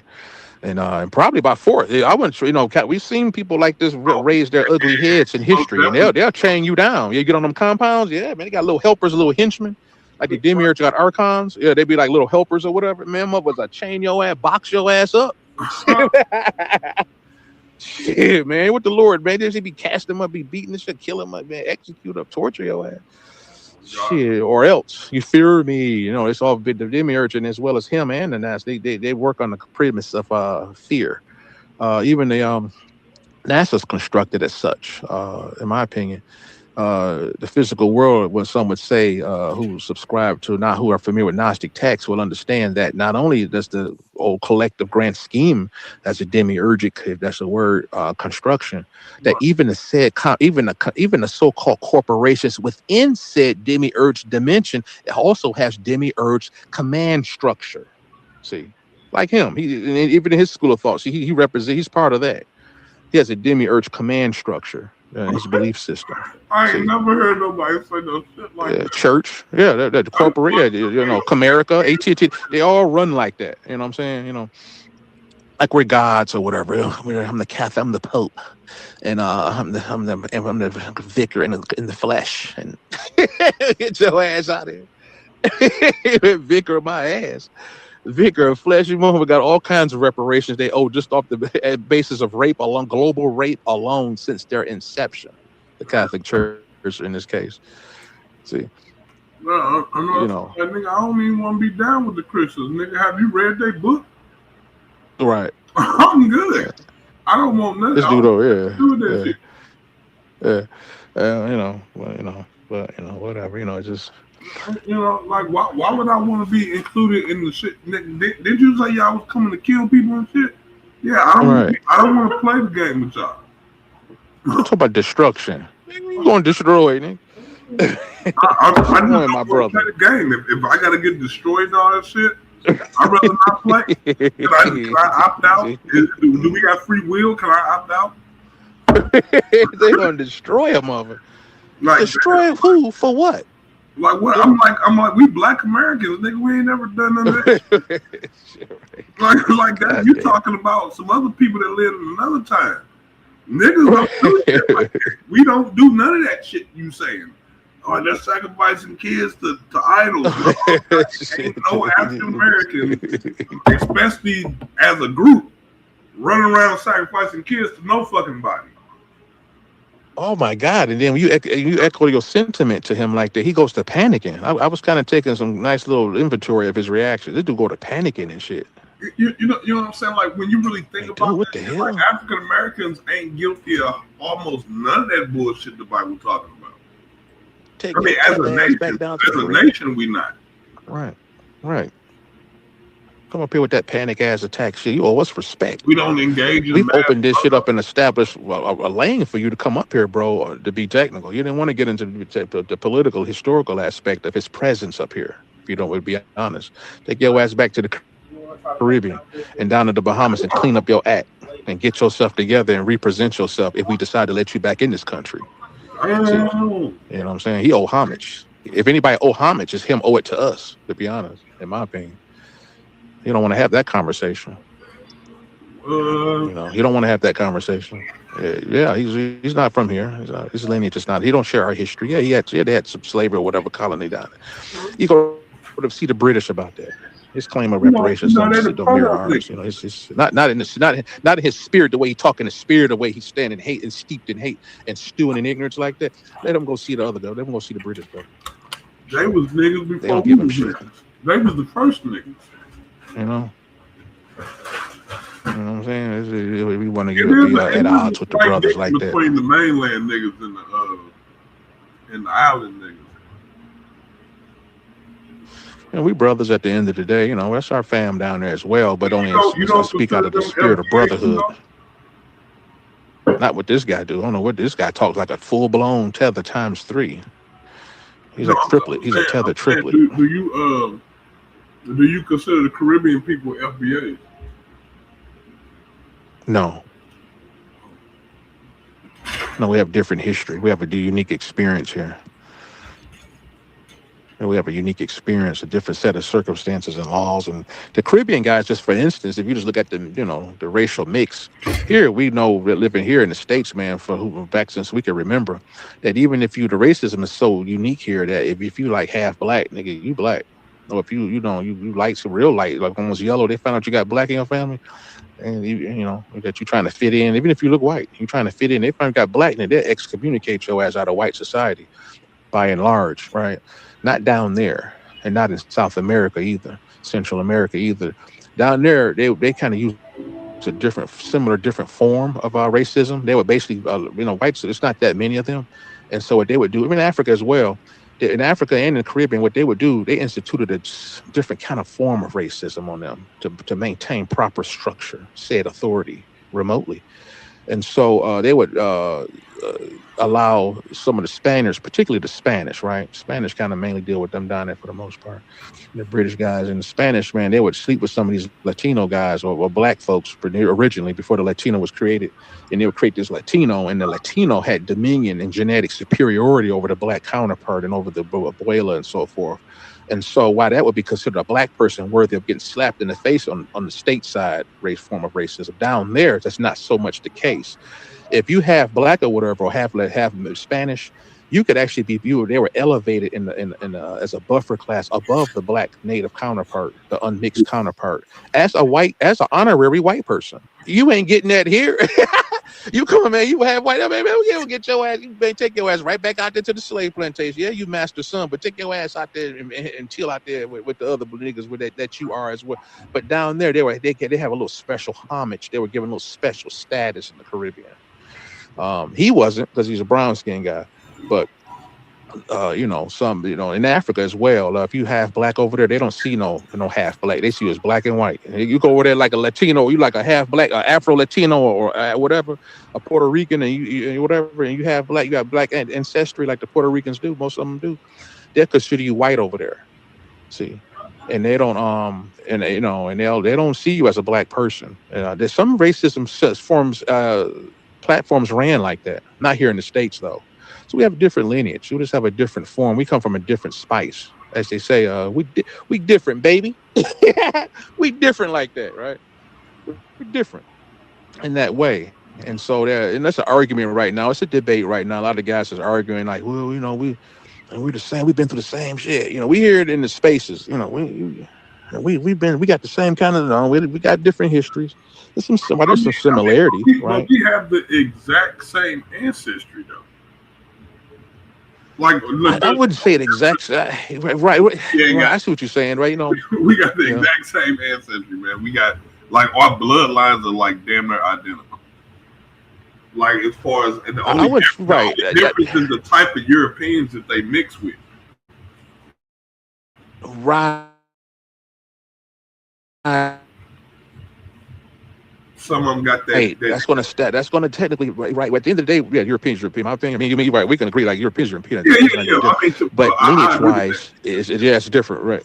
Right. Facts. I agree with you. I see what you're saying. I agree. At the end of the day, I agree. I got to agree with my brother. At the end of the day, I'm not going to sit on here and set you up for destruction. Set you up for your destruction at this moment. Like, no. You sure? I mean, it seems like it's a lot going on. Because we having a conversation. This fool can't even have a conversation. Like, do we just talk? We don't even know you, bro. We don't even know. We ain't met each other before. What the hell you are arguing for? None of us never seen each other in person. This fool are going to collapse. This shit totally collapsed. Oh shit, bro. I'm just talking about the issues of the day, and which is important, especially if you black. Shit, man. In my opinion, stateside particularly. I don't know how they carry on down there. And if they like this dude, you need to go back down there. And they shipping a lot of these foreigners out of here. They need to ship. Hopefully they take him and send him back down there. You know what I'm saying? We don't need nothing like that up here. We're doing enough hell. They're trying to incorporate. So right now, we're trying to fight the pressure to create, for them to try to create Jim Crow 2.0 for crying out loud. See? You know what I'm saying? Shit, man. And they most definitely setting it up for it. Hell yeah. There's so many different aspects of that. Democrats take that shit back, they not going to reverse that shit. Right. This is a dirty ass guy. I keep trying to tell people the only real solution is the solution Naga is bringing to the table. Let's create 50 corporations. We got 50 corporations, and each corporation take care of 1 million people. That solves everything. 50 companies, and each one of those companies take care of a million niggas. Yeah, shit. That's how you do it. That's how you do it. Hell yeah, I contribute. Shit, I help. Each company is represented by a state.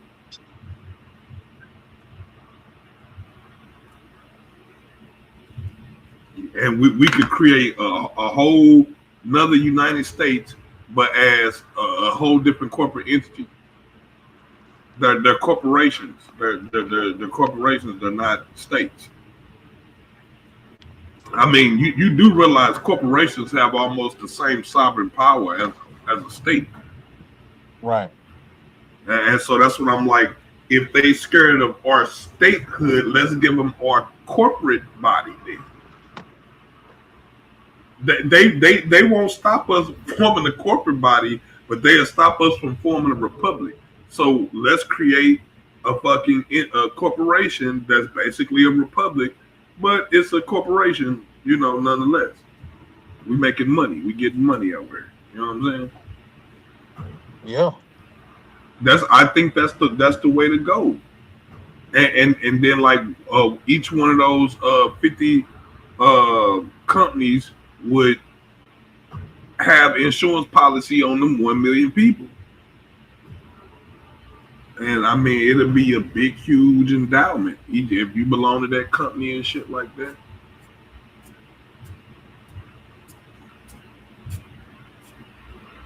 I think the whites going to lose more prominence and more power before black folks begin to wake up.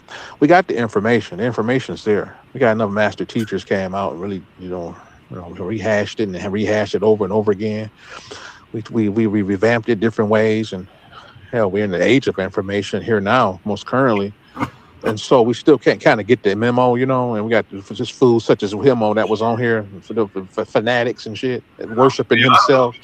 Like, what about worship worshiping yourself if you can't receive other perspective? Now that we out of here. Technology and shit, nigga, and communication, it seems like some of the master teachers were full of shit.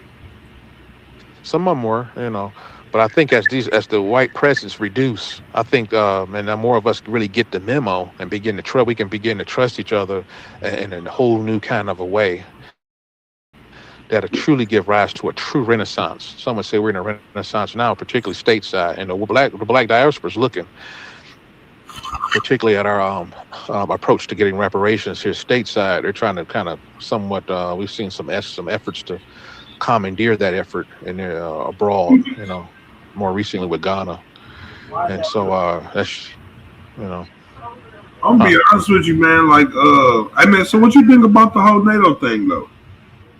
About what? The whole NATO thing. Ghana is funny as hell. And they laughed out of the UN. Had the nerve to come. The Ghana president had the nerve to come over here. The nerve of this guy, given his prominent role in the slave trade, among other nations. But Ghana had the nerve to step out and lead the way and come over and try to petition for reparations.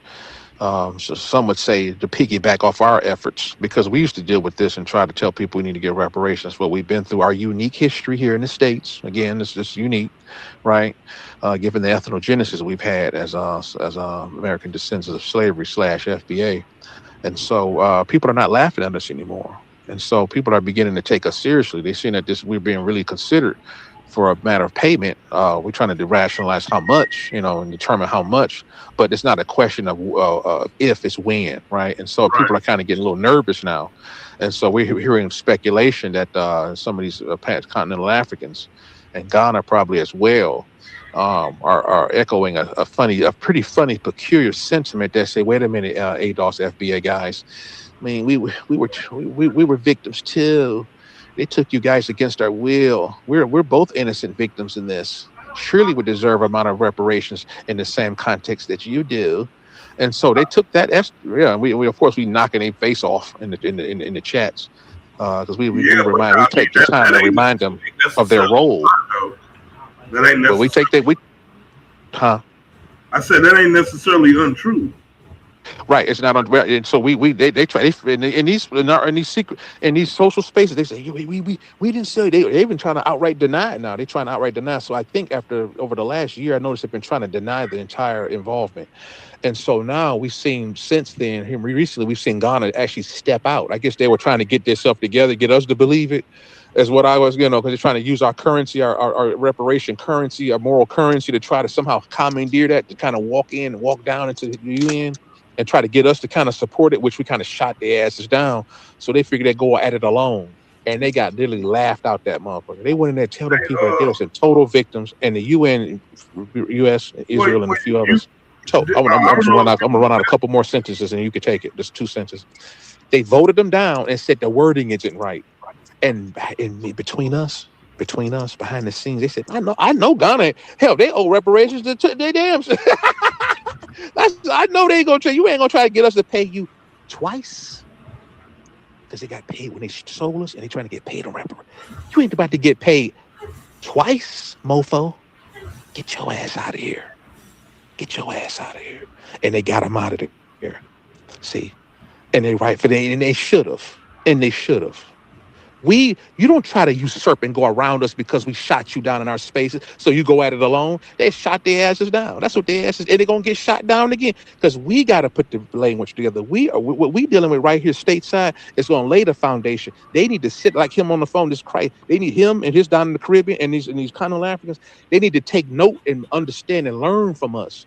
We set the pace for this kind of stuff. We got the strongest case, and we do the older reparations. You don't try to usurp our reparations and send the shit over to continental Africa. You know we're not getting none of that if they did get awarded in Ghana and some of the sister nations that Ghana represent. You know we're not getting a dime of that, and that's on purpose. Yeah, see, in my opinion, But I was gonna say that I don't know if you know, but Ghana fought a war over slavery. Like that's how the empire, the internal empire, basically almost came to complete collapse over slavery. Over there in continental Africa. Yeah, it was right. I didn't go into that, but I was thinking about it. I didn't want to go into it and just keep going. It was a particular battle called the Battle of Catamesso. Fact. Right. That's how them forts got built over there. Right. They were paying a homage called Acosta. It's a German term. A lot of people died trying to stop that shit, but they wasn't trying to stop the transatlantic trade. Right, man. Stop the And like once I read this shit, I realized it still got romanticized. Like when it was told to me, them stopping wasn't necessarily them stopping slavery. It was them stopping the Ashanti for having control over their slave ports. And then they know them Europeans, they want to pay them rent. They was paying a rent to those forts. The whiteys were trying to sneak in and try to smuggle niggas. I ain't paying for these niggas. I'm gonna sneak some of these niggas out of here. And the Africans got mad. Said, no, you gonna pay us for these niggas. You don't come in trying to steal no free niggas now. And there was wars fought because the European was trying to they're gonna double cross your ass, and they try to come in on the low and try to steal niggas without paying for them. And them African kings, they demanded payment. They made sure no, you don't break our agreements. You paying for this shit. They would fight about, making sure they receive proper payment for us. There's all kinds of history on that shit. And them niggas had nerve to go over there and think we forgot or whatever and trying to get reparations around us. Yeah, I'm saying, do you ever think about the families that we were stripped from? Right. No, I'm saying like the families that was left over that got their family members took and kidnapped. Yeah. Right, like those people are Ghanaians. Some of those people are Ghanaians. Some of them are Congolese. Some of them people are, you know what I'm saying, different tribes and stuff like that. And it's like there is some type of reparations owed, And I mean, and they might have to even talk about that amongst themselves, and some type of form of reparations amongst themselves within Africa, because the Ashanti, they was some motherfucking slave trading motherfuckers. Yeah, they were. And so, like, and the Dominic tribe too. A few of them. Yeah. It wasn't Ghana the state.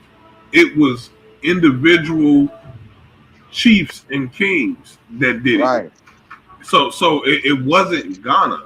So Ghana don't owe anything, right? So you need to go to the royal houses. If you're gonna complain about that shit and demand some type of payment, you need to be going to the royal houses and demanding that shit, and not Ghana, because Ghana is the corporate state. That's a corporate state. That's not the kingdoms. That's not the throne. I think there's a share. I mean, yeah. I mean, no, it's not. That's a fine. It is not shared. The corporate state came about long after. Huh? Yeah, they make that abundantly clear that the tribal thrones and the national governments are not the same thing. Yeah, I'm gonna say the man. Right. You got to understand the kings and the queens over there rule culturally. They rule culturally, like they still got sway of the people. You know what I'm saying? But it's the government that ultimately that's gonna come in with guns and all that motherfucking shit. And, right. You know. So it's that thing. I've been saying for a long time they need to reinstitute their kingdoms and get rid of that corporate state bullshit. That was part of the white man's plot too, is to get rid of sovereignty. Yeah, and share some of that money they're making off of me in the castle. To get rid of the sovereign rulers, like them. Y'all gotta understand the plot and plans, man. And then you had to share some of that instead of just making the money off of me in the castle over there, and over as a tourist attraction. Talk about the utter blasphemy of it all. Had the nerve to profit and maintain that eyesore. And you would think you would think that the profits from they're gonna pay for that. Yeah, you got that shows some collusion. Maybe we ought to write up a petition about that the profits from sightseeing, man. That shit should be funding FBA. They tortured motherfuckers up. Right. That shit should be funding FBA. That's where they tore up that's where they broke the families apart up in there. That's part of it. Yeah, that's what I'm saying. Like, so a portion of the money that comes from the tourism that comes from that shit needs to somehow be funneled back to us, or in my opinion, or be used to fund the African Americans who repatriate back to Africa. And quit scamming our ass when we go over there try to invest. Quit scamming motherfuckers. And then also number two, the third point is to offer us true dual citizenship. We get our ass scammed over here too, cuz. You know what I'm saying? But where they're concerned by Africans. Right. You know what I'm saying? But you know what I'm saying? We go on YouTube and say, God, man, this is scam American women, Americans, repatriate to the man, you're gonna have about 1 million results on that, mom. Dating from just especially last year and back earlier, just scam after scam after scam. Mm-hmm. And they want you to have a big ass bag and all that. I won't even go in. I won't rehash into all of that. But it's just it can be better, and I trust and believe it will be. I'm an optimist, brothers. So my Naga brothers, I'm an optimist, and I trust and believe we'll do the right thing when the time comes. So, that's how this fool Christ supposed to be. This Michael, Antichrist Michael. Man, that guy, man, is hideous, bro. He offers nothing collectively important to the cause in this regard. He ain't that bad, man. What do you want somebody to do? Worship his tattoos on his forehead? Somebody was saying something about his tattoos. Who somebody went in? I was cracking up. Now you want you to get that tattoo on your forehead?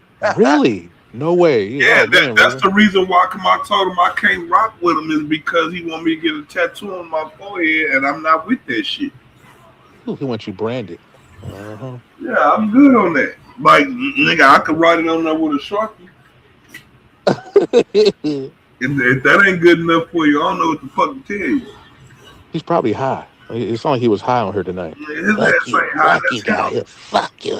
He was on here high as hell. He was high as sky. He not high. That's him. He could be high all the time. Yeah.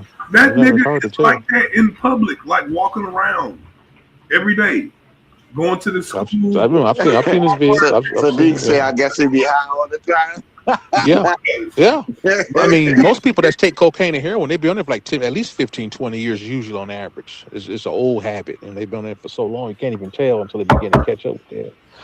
You know, he could be the way he carries himself like that. Wild, chaotic kind of behaviors, emotional outbursts, triggering, jumping out the window, wetting his pants.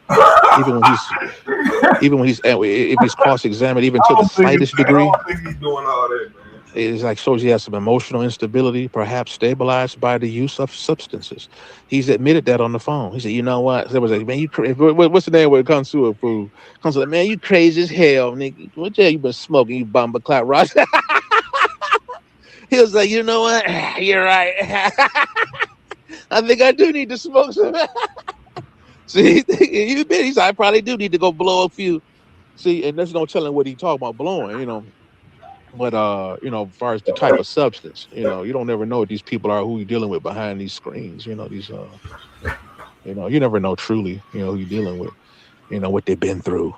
And that's what his fool ass need to understand when he's talking to the people who you'll never know what we've all been through. Right. See, we laugh and joke or whatever, but you know, when out of the, I do out of the spirit of brotherhood. Yeah, so, no, you ain't lying. That's why I was just like Christ. I'm like, some of us ain't even Christian.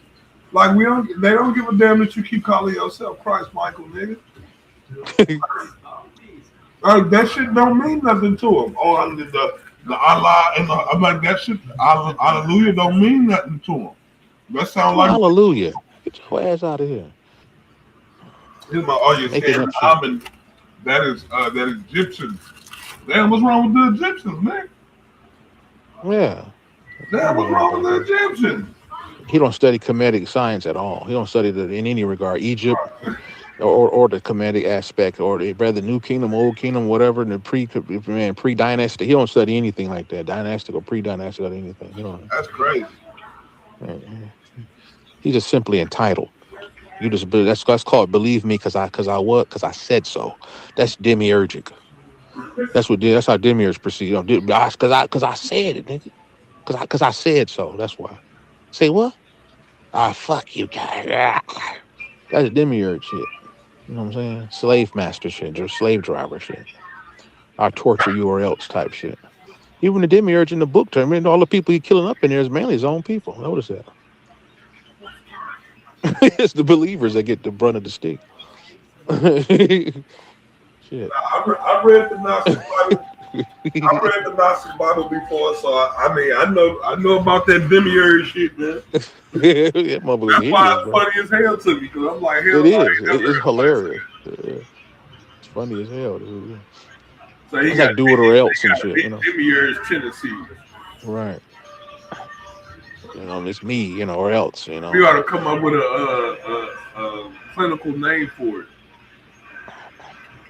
Man. Demiurge Joseph. Yeah. Something along those lines, yeah. You know. I'll tell you what to do type. So I don't teach you necessarily how to think, but I teach you what to think. That's what he comes off with. People like that, not just him, you know, whatever, but people that think like that. They kind of tell you, they basically, most religions are ran, especially the corrupted versions, more or less, when it's real cluttered up with all kind of additional revised shit. They mainly focus on telling you what to think, not necessarily how to think. What about the mere coaches?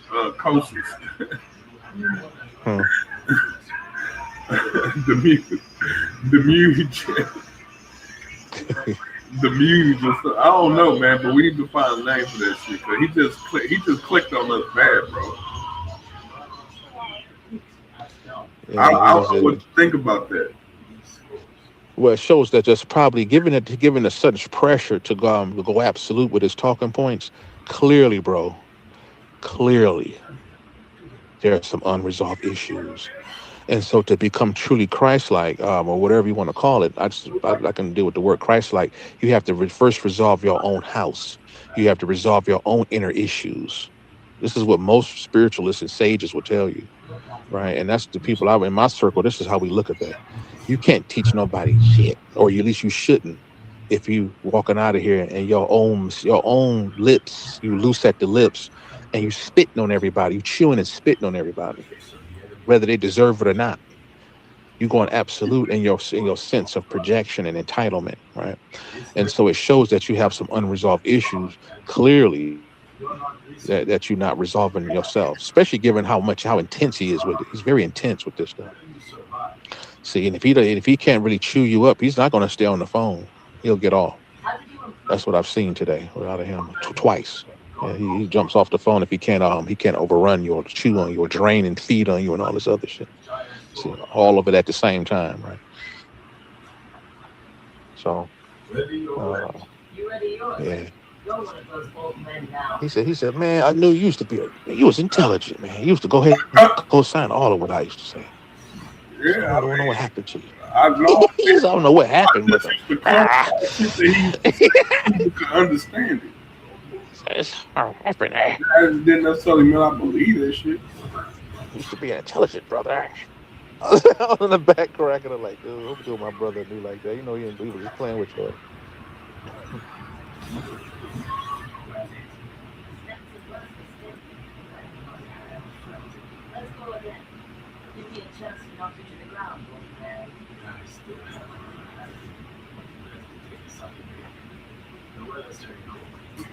Let's see what other talking points we got. Looks like there was another story came out on Twitter, on X. Somebody they keep pushing out different stories talking about Netanyahu dead, man. Yeah, I heard rumors of that shit. I don't know what I believe. Yeah, me either. I don't know, man. Iran said he gonna pop up. Go ahead. What's that, brother? I was saying I don't know what to believe with that one. Yeah, I don't know, man. Iran released a statement a few weeks ago saying this dude gonna pop up, passed away from health-related issues. Israel, they say Israel's gonna say that. They say he died from that. Versus the cluster bombing on one of his houses. I don't know. I guess we'll see in time. You know, let's see what other topics I got in here. I got a whole lot of them. Let's see. I got a whole lot of them mofos. Anyway, let me go on my other archives. See what we got in the other archives here. Okay, let's see. Oh, your boy Bill Gates is calling for digital IDs to be tied directly to your bank account and payment systems. Oh yeah, I heard about that dumb shit. Yeah, man. Shit, he that just came out a few days ago. Man. We got that on the burner. We also got Ohio just passed. They're looking at putting together some legal ramifications against the LGBT. They say in Ohio just criminalized wearing makeup that doesn't match your biological sex, and they saying this anti-LGBT bill passed in Ohio targets the clothing too, and that the House passed the bill. And it's called the indecent. They call that shit indecent. They say if you're walking out to you LGBT with mismatched clothes and shit, they say they're gonna try to condemn you as indecent exposure under under Indecent Exposure Modernization Act. And so they putting that together over in Ohio, and they said let me see. It goes on to say the bill dramatically expands the definition of adult cabaret performance to include anyone. They call that shit a cabaret. They said anyone who exhibits a gender identity different from their biological sex through the use of clothing, makeup. I won't read all of this down, but they call that shit you can be convicted up to a misdemeanor, up to a 4th degree felony. Shit, dude. See, and that's the thing. That's the thing with it. That's the thing. I'm gonna bring up some more topics, but that's the thing with authoritarian absolutes. They support you in your deviancy, but then they turn on your ass like he do. They always turn on your ass. Yeah, you know. They arm them insurgents. Right, all of them. It don't matter what variety it is. It always turn on you. That's archetypical to evil. Evil always betrays you, like white supremacy. We've given them, embraced them, and shown them love over 300, 400, 500 years, arguably. But we have yet to receive what we've dished out, and we've been turned on at every chance. See, particularly the coons. But at any rate, let's see. What else you got? Oh yeah, I got a whole lot of them, brother. They said there was another story came out showing how Pfizer, the COVID shots was actually linked to major eye damage. Major eye damage. But we know that everybody's trying to wake up nowadays, and the pineal gland is constituted mainly of eye material. So my speculation is they're trying to give way they will give you certain medications, and also the shot itself helps damage the pineal to thwart the awakening going on. That's something we can talk about later on whenever. But the Pfizer shot was linked to that. I think it's not necessarily your physical eyes they were targeting, because also the Plaquenil, the main medication that they use to give you to treat it, also damages eye material. So a lot of the COVID-related shit to treat you all targets the eye. You ever wonder why they was decided to use Plaquenil when they wouldn't even use it to treat any viral conditions at all? It was like a malaria drug or some Mitch-match shit. Give you HIV meds. They gave you the HIV meds that only mainly damage eye tissue. That's why. Now it says fucks up the pineal, right? That's a nice conversation. Washington Post says Trump threatens to jail reporters if they don't turn over Iran sources. Damn. What's that? I said Trump threatened to jail reporters if they don't turn over Iran sources. You wild, bro. Dude, wild as hell, man. You know, he wild as hell, man. He's establishing. They're trying to check and draw the balances on everything, verifying clothes identity, clothing of sex or along sex lines. He's suspending truck driver's license of immigrants. So that's what had to be re-verified. And already know, I probably should say, since we're online, we are ushering in currently what you're seeing, guys, is the makings and the creation of the new paradigm by the world global system from 2020 onward, called the age of verification. Heard it here first. And so notice how he's coming in to re-verify everything. So these truck driver's licenses wanted to be reconstituted, and we need to verify not only the truck driver's license, because they've been all suspended, particularly if you're illegal, and now we have to verify who's actually legal and illegal. That's what had to be verified as well, right? Him and Elon got together, found a whole rift of fraud, in the federal finances. That need to be very verified now. They got to verify, comb through that, and audit the whole system in terms of that, and couple with the Somali fiasco up in Minnesota, which had all kind of fiscal scams going on, which also going to underline the importance of verification, financial verification, and cross-referencing. That's what all of this is dealing with. And the gas prices tied into all this other. I won't rehash all that. Here's another one. It's called The Future of War. It's drones bombing. I mentioned this the other day to you guys. They said one of the future war schematics is how the drones may be used to bomb data centers of AI data centers. Yeah, this data center stuff is going to be huge, man. Dude, facts, bro. It's a lot of money, there's about to be a lot of money tied up into the brain of that damn shit.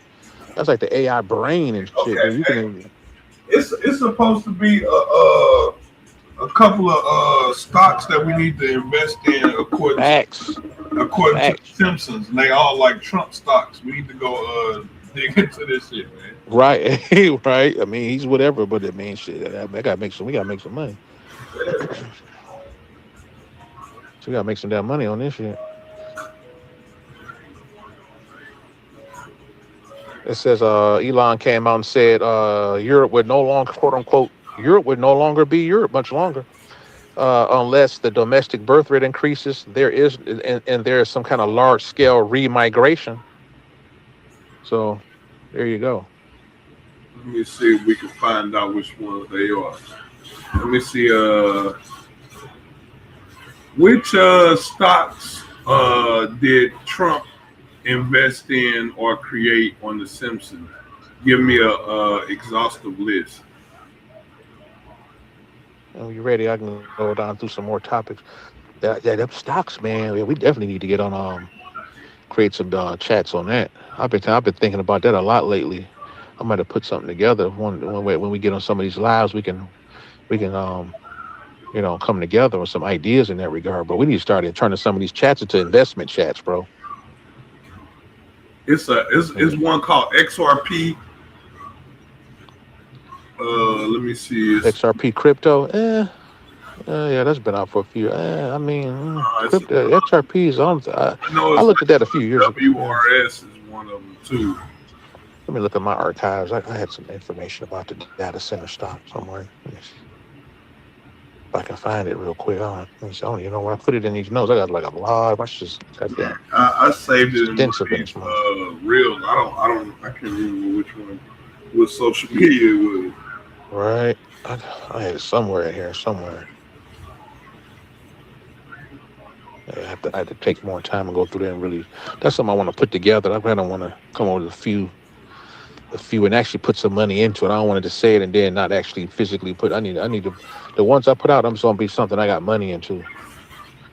That's what I'm gonna do. Let me see. I did put Let me go on my watch list. My watch list on the Robinhood. I might have put them in my watch list. Let me see.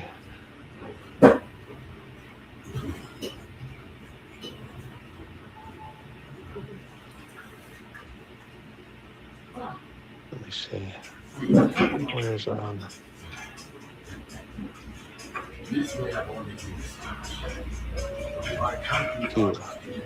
Qubit. Okay, Quantum. Is that Qubit? I think Qubit was one of them. Let me look it up real quick. Purple Innovation. Let me look up Purple Innovation. I think that was one. Innovation. Let me see. I think that was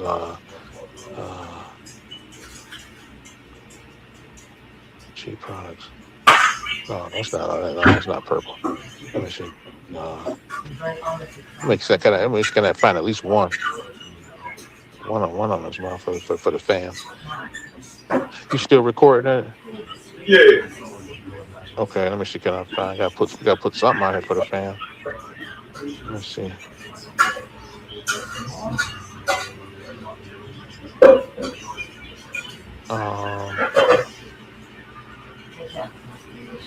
I want to try to hop on the stream so we can end this call.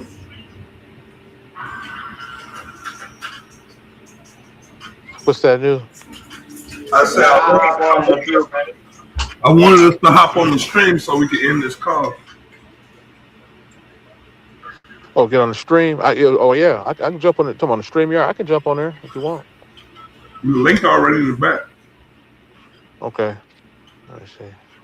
We can end this call and get on some more breezy shit. Give me about 5 minutes. I'm gonna jump on. All right.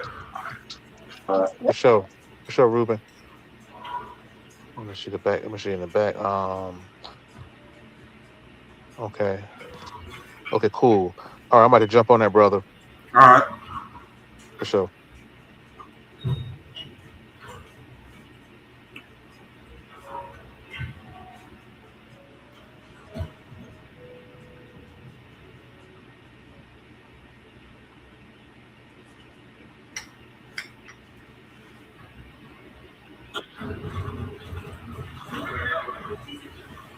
What up, bro? Yeah, man. Yeah, I wanted to switch over so we could go look at some topics. Let me see. I got some more. I got a whole slew of them mofos. So we got.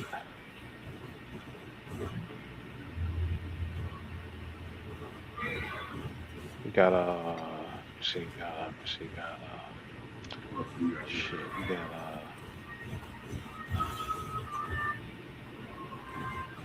you ever heard of the NASA scientist named Ron Werner? Patrice Lumumba's killer finally tried after decades. Huh? What you say? It says Patrice Lumumba's killer finally tried after decades. What? The hell, Patrice Lumumba. Oh man, what he known for again? I forget. You know he's the African leader. Thank you for coming to consider joining our. Oh, they ain't even gonna let us see it. We gotta be a member. Okay, I forget what they do. I remember. I know the dude. I forgot. It slipped my memory. What he? I like this dude. Do you watch him? Let me see. To my bro right there. I almost became a drug dealer. Yeah. I've seen him once or twice, but I'm not familiar with too much of what he's about. Man, this look tight. 6 feet beneath your foundation right now sits airlocked at 55 degrees Fahrenheit. It never changes. Summer or winter, that temperature holds constant. Ancient Persians used this physics to store ice through 120-degree summers. Romans cooled their villas the same way. Modern Germans build these systems legally for $300 in materials. At the end of this video, you will discover exactly why this technology was erased from American building codes and how you can do it yourself. The Earth beneath every home in America operates as an infinite thermal battery. This is not theory. This is measured physics documented by laboratories and research institutions worldwide. At Oak Ridge National Laboratory in Tennessee, scientists have monitored ground temperatures for decades. Their findings are remarkable. Below 6 to 10 feet, the soil maintains a temperature equal to the annual mean air temperature of that region, plus 1 to 2 degrees. In Chicago, that means 55 degrees year-round. In Atlanta, 62 degrees. In Denver, 58 degrees. In Phoenix, 67 degrees. In Minneapolis, 52 degrees. The surface above can swing from negative 20 degrees to 105 degrees, and that underground temperature barely shifts by a single degree across the entire year. Millions of convicted felons across the nation will still have the opportunity to have the petition to have their federal gun rights restored under Trump's. Yeah. Sure. So we can see it. Let me see. I still be trying to. You got a lot of experience sharing them screen. Let me try to Let me share. Let me see.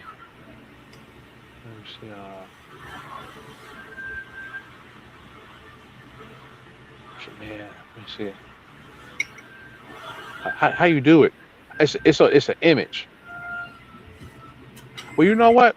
Since you probably can do it faster. If you since you on YouTube, shit, you might can to be honest, yeah, you might can go search it says millions of convicted felons across the nation can basically have the federal under the Trump. It's in February 2025, Trump signed the Protecting Second Amendment Rights Executive Order. There you go. Protecting Second Amendment Rights Executive Order. Yeah, if you search that mug gonna probably come up with a nice video. They said the program is to give felons with non-violent convictions a chance to have gun rights restored. That's gonna help a lot of people, man. We need that. They should never took them. Right. I got an image. If you want, I can put an image up. But you want to pull a video for it on YouTube? Yeah, I put a video. Yeah, that'll give us a nice little breakdown because I don't know the details of it. That'll be kind of something good for the fam. Because that's why that may actually help a lot of motherfuckers. Actually help motherfuckers. On top of something constructive to show the fam extra to go with everything else we say. The Justice Department is releasing plans to create a process for those with criminal convictions to restore their gun rights. So this decision sparking alarm that it will return firearms to those of convicted violent crimes. The interim rule follows an executive order from President Donald Trump last month, directing a review of the country's gun restrictions to assess any ongoing infringements. Let's bring in our chief legal analyst, Clive Rose, to this conversation. Lots to discuss here because restoring gun rights to those who have been convicted of violent crimes. Lay out the argument here for us. It says that a lot of people are concerned. Why? I mean, there's arguments for both sides in this situation. You have on the one side folks that are saying that the government should not be infringing on folks' constitutional rights to bear arms. And on the other side, you have folks that are saying there needs to be some common sense legislation and regulations, specifically rulemaking process that actually limits folks that can have guns. In this situation, you're talking about people convicted of felonies, but in all other instances, you're talking about folks that are domestic violence, people that have prior drug use. That was the Hunter Biden situation when attempting to get a firearm. And so a number of things are put in place by the ATF to ensure that folks that check one of those boxes, either a violent crime, either a domestic violence, or someone that is on drugs or had drug use issues in the past, don't have guns fall into their hands. And so that's why these regulations have been put in place. I should say these rules have been put in place to try to deter and stop folks from having guns in their hands. On the other side, folks are saying, look, in any type of regulation that stops folks from getting access to guns is a bad idea. And right now, that fight has been going on for a long time. And this is the president saying, I want to get an examination of that in February. And today, this rule, interim rule, is something that the ATF is saying as they go forward will be the new rule. So the DOJ now, under this proposal, they were very specific about who this would benefit. Explain that a little bit. I mean, you're talking about folks with violent crimes. I mean, this is it's as specific as you can get. At the end of the day, these are folks that typically, if you were convicted of a crime, you would have been barred from having access to a firearm. And now they're saying, no, you will not be barred from having access to a firearm. And so that's why I say I have mixed feelings about this specifically as someone that defends people that are charged with these types of crimes. Once you've committed a crime, you've been sentenced, you've done your time, you've paid your restitution, you've been on probation, you've been on some type of post relief, this additional infringement to say, look, now you still can't vote or you can't own a firearm is an additional hurdle for you to be reintegrated into society. And so I do understand and appreciate how folks are saying, well, listen, this person is done. They've served their sentence. Restore them fully to being an American citizen. But on the other hand, I can see that there is a secondary effect of someone that has committed a crime in the past. The likelihood is now higher that they may commit a crime, specifically if the original crime was a violent crime. So I can understand and appreciate both arguments. So also to be able to point out here, they said that no constitutional right is limitless and they would now be screening out others. Specifically, what does that language mean? Is it kind of like what along the lines of what you just said about who should be able to have their rights? It is. I mean, and that's what the argument is. What talking about it's not limitless. Most of these gun rights advocates are saying that the president is attempting to do this unilaterally. While I think he is using his executive powers to do a number of things unilaterally, I think in this situation, this is how the administrations and agencies are supposed to work. ATF is there to formulate and promulgate rules. There should be and needs to be a rulemaking process where you have an opportunity for public citizens to comment on the proposed rulemaking change. And that process is the part that should be happening now. Here's this interim rule. These are the changes that we're thinking about making, and let us know how you feel about that. That's the problem that folks will say. If you're not having that rule-making policy discussion with everyday citizens, now you're overreaching your ability. But outside of that, I think this process is exactly how our agencies are set up. And if you rewind it months ago, the same folks that are now in power were saying the ATF doesn't have the ability to do these types of things, but now they are making the ATF do the things that they want to see done. Khalif Rhodes, we appreciate your insight. Thanks so much.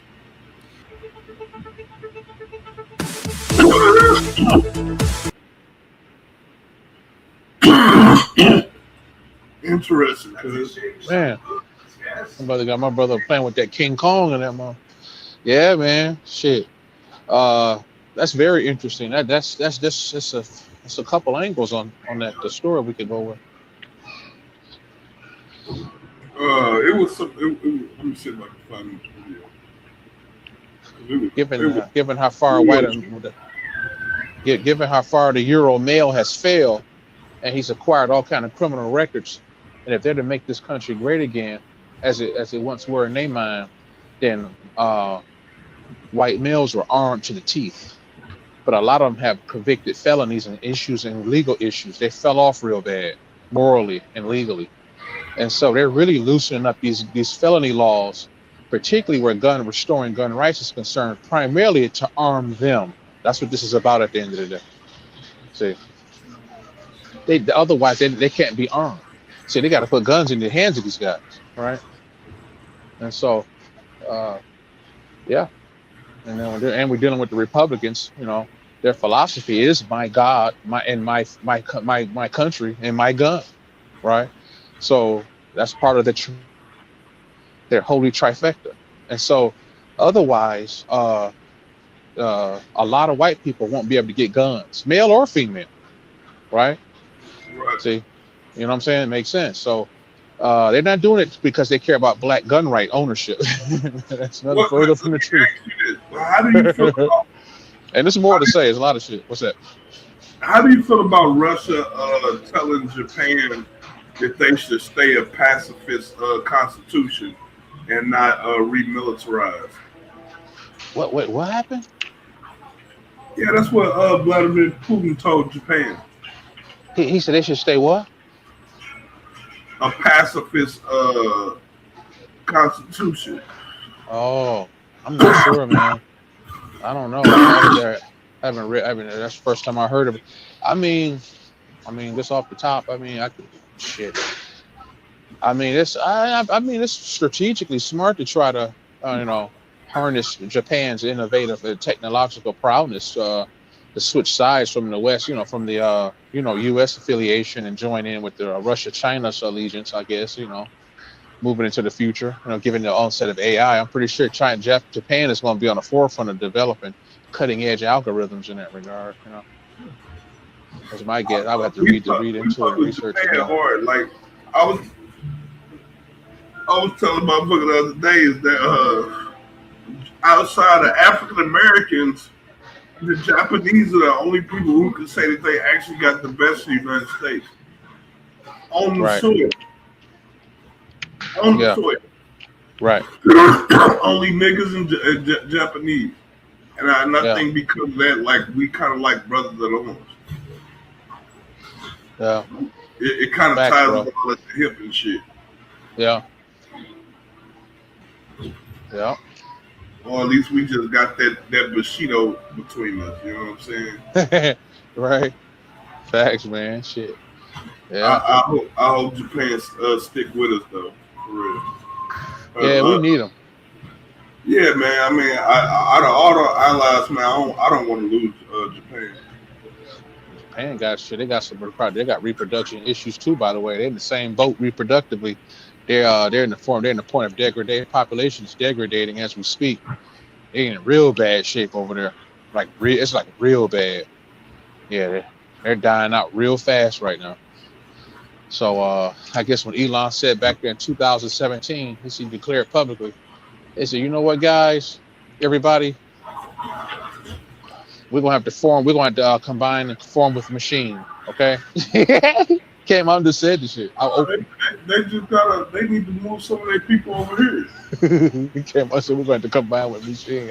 We do. I mean, God damn, bro. Somebody else shit and get Japan something else. Right. I think they got it figured out, bro. I think they're gonna join. I think we're gonna become cyborgs, bro.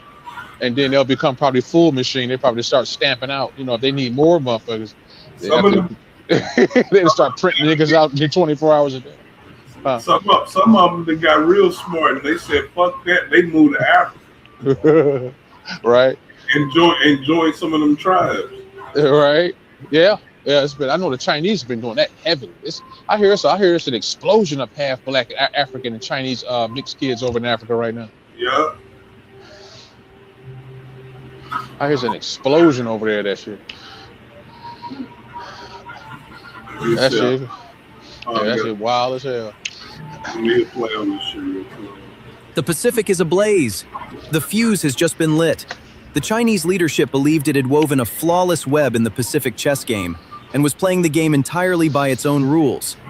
But Asia's sleeping giant, dormant for 80 years, has awakened to shatter that calculation to its core.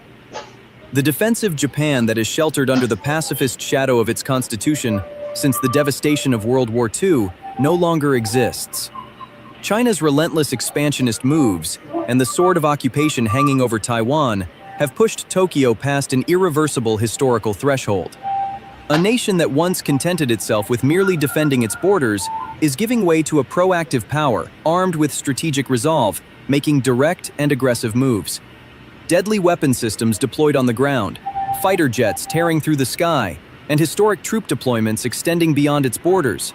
All of these are the first cards played on the table for the approaching Great Pacific Storm. Moreover, this relentless wave of militarization launched by Tokyo on the ocean's surface will take on a new dimension with a historic military deployment that will soon astonish even its closest ally, the United States. You will see what that surprise move is shortly.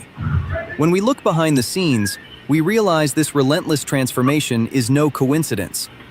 Japanese Prime Minister Sanae Takaichi's uncompromising and hawkish policies had already set off the initial tremors of this massive wave in the ocean. The list of military steps and destructive strategies to be taken against China's moves was already prepared in Tokyo's arsenal. But when the calendar turned to March 24th, 2026, everything changed. Tokyo was forced to take immediate action against Beijing without waiting for this long-term process to unfold. The silence over the East China Sea and the Pacific Ocean was shattered by suddenly blaring emergency sirens. Multiple suspicious contacts appeared on the radar screens of Japan's Southwest Air Defense Forces. On March 24th, red alerts began sounding in this region. These were Chinese military aircraft violating Japan's air defense identification zone. Chinese Air Force jets recklessly violated Japan's sensitive airspace. They were rapidly heading toward the north of the Senkaku Islands. This time, Japan did not settle for issuing a routine warning. It directly deployed its most strategic and lethal air assets. Within seconds, the roar of engines spewing flames rose from the Naha and Kadena bases in Okinawa. Japan's most trusted air assets, the F-15J Eagle fighter jets, took off on an emergency scramble. This was no ordinary patrol flight. This move was an intercept operation known in military literature as a scramble. The aircraft were fully armed and ready to fire at a moment's notice. The number of Chinese jets was not officially disclosed. However, it was known that a formation consisting of several aircraft was testing Japan's airspace. Japanese F-15Js advanced toward their targets at supersonic speeds. Radars locked on, eyes fixed on the horizon. However, by the time the Japanese jets reached the area, the Chinese aircraft had already turned away. They quickly departed the region. The pilots reportedly performed a show of force in the sky until around 5 a.m. They continued their patrols with determination. This striking attempt at containment ended without a single shot being fired. However, this situation proved to the entire world just how delicate the tension in the region is. Everything hung by a thread. China is employing these kinds of gray zone tactics around the Senkaku Islands. It is essentially trying to play with Japan's nerves. Japan's Ministry of Defense recorded these violations as a serious concern. In fact, Beijing's stance is nothing new. According to USNI News, Japan conducted hundreds of scramble operations in just the first 9 months of 2025. These operations were carried out against both Chinese and Russian aircraft. Before the start of this year, the situation had reached an even more alarming level. Japan made a major move in response to the Chinese Navy's provocations. A military media source reported that 16 F-2 fighter jets, each carrying 4 anti-ship missiles, were scrambled simultaneously. This was a massive simulated swarm attack against Chinese warships. During the same period, China and Russia conducted joint bombing flights.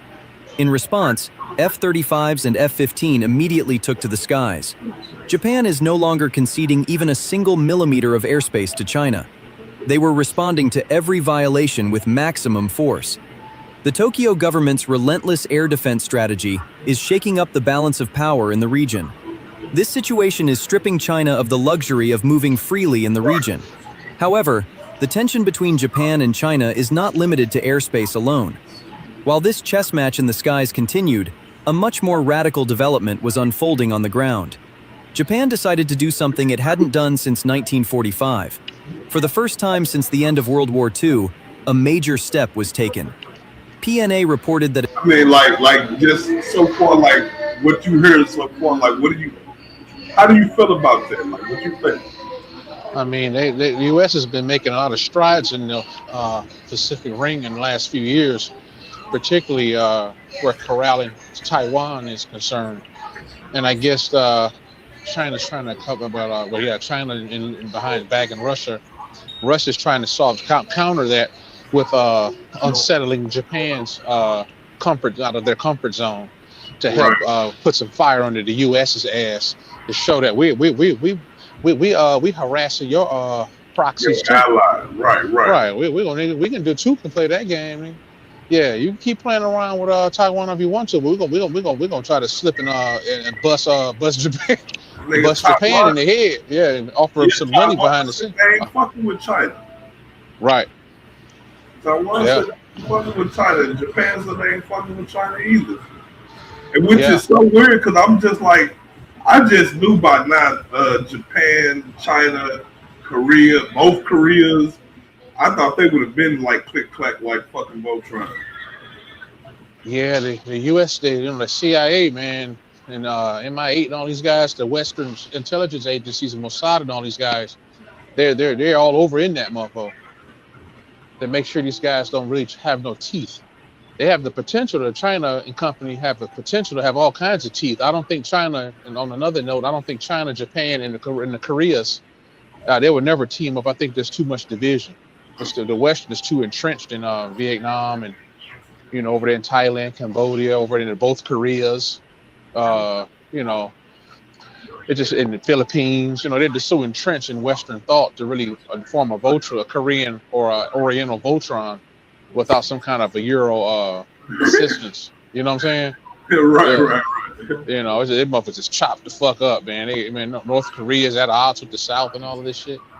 And Russia's sponsoring the North, U.S. and companies sponsoring the South, and there's all long-term damn contracts and treaties and agreements. But this is all fucked up, man. Shit, they're gonna have a damn renaissance their damn self. They're gonna break through and not be affected by what's coming in the future. Because right now, all of those guys are dealing with population issues. Almost all of them, China included. Yeah, they said in the next 10 years, bro, they're gonna look at it's gonna be a huge drop off. It's a huge drop, man. They said about. You about to see damn near, I don't know, don't quote me on the number, I have to look it up again, but it's tens of millions are due to fall off. There's tens into the hundreds of millions going to just fall, do that motherfucking population going to get cut in half or some shit in the next 10 years, bro. 10, 15 years, give or take a few years here and there. Yep. The population is below, it's approaching below replacement levels, which is interesting. Because a lot of people never thought China would face a projected future like that, But there's a $6 process that turns loose sand into material stronger than concrete. No mixing, no curing agents, no Portland cement, no kiln burning at 100 degrees. 2 metal rods, a low voltage power source, and ordinary sand. That is the entire supply list. The result is a rock-solid, load-bearing stone that calcium carbonate binds together at the molecular level. The exact same mineral inside your bones, the exact same mineral inside a mussel shell. Researchers at one of the most respected engineering universities in the country confirmed this works in 2024. It made headlines for 2 days and then vanished completely. Not because it failed, because the cement industry generates $400 billion per year. And a $6 process that replaces its core product is not something the industry wants discussed in hardware stores. This is the story of electricity and sand, and the building material they need you to forget. Before humans ever figured this out, the planet was already doing it. Every time a bolt of lightning drives into a beach or a desert dune, something permanent happens at the point of impact. The temperature at the center of a lightning strike exceeds 50,000 degrees Fahrenheit, roughly 5 times hotter than the surface of the sun. Sand melts at around 3,200 degrees Fahrenheit. When those two forces collide, the sand at the bolt's core vaporizes instantly, and the surrounding grains fuse into hollow glass tubes called fulgurites. The word comes from the Latin fulgur, meaning thunderbolt. They branch underground exactly like roots, tracing the path electricity took as it spread through the earth. Scientists find them on deserts, beaches, and mountain summits. Anywhere lightning is a regular visitor, these are not rare accidents. They are proof of a law. Intense electricity applied to sand produces solid material every single time. The ancient Romans noticed this too, though they did not fully understand the chemistry. Cicero, writing in the 1st century BC, used the expression condere fulmina to dig up thunderbolts, suggesting that early Romans were regularly finding these glass formations and associating them with the force that made them. The Greeks believed fulgurites were proof that Zeus had personally struck the earth, physical evidence of divine contact. They called them brontea, thunderstones, and considered them miraculous objects. 2,000 years before any materials engineer wrote a paper, these civilizations understood intuitively that electricity and earth had a relationship that produced something harder and stranger than ordinary stone. The formal science started arriving in the early 1800s. By 1805, geologists had correctly identified how fulgurites formed. By the late 19th century, researchers were deliberately recreating the process in laboratory conditions by passing electrical discharges through powdered glass and sand samples. What they observed confirmed what every lightning-struck beach had been demonstrating for millions of years. Electricity reorganizes loose, granular material into solid, unified structure. The energy does not just heat the grains, It forces them to bond. And then, in the 1930s, something more controlled and far more practical emerged. Engineers working in soil stabilization discovered that running a low-voltage electrical current through wet ground drove water out of the soil, compressing and strengthening it in the process. By the 1960s, this technique called electroosmotic stabilization was being used in real large-scale civil engineering projects, dams, embankments, foundations. It was documented, it was deployed, and it worked well enough to be trusted with structures that held back millions of tons of water. But here's the thing nobody talked about beyond the technical literature. Electroosmotic stabilization was only removing water. Researchers began asking a more interesting question. What if the electricity could also trigger chemical changes inside the material itself? What if it could manufacture new minerals between the grains? That question sat largely unanswered for decades, buried in engineering journals, while an entire global industry poured more cement every year. In August 2024, a civil and environmental engineering professor at Northwestern University named Alessandro Rota Loria published a study that answered that question definitively. The paper appeared in the journal Communications.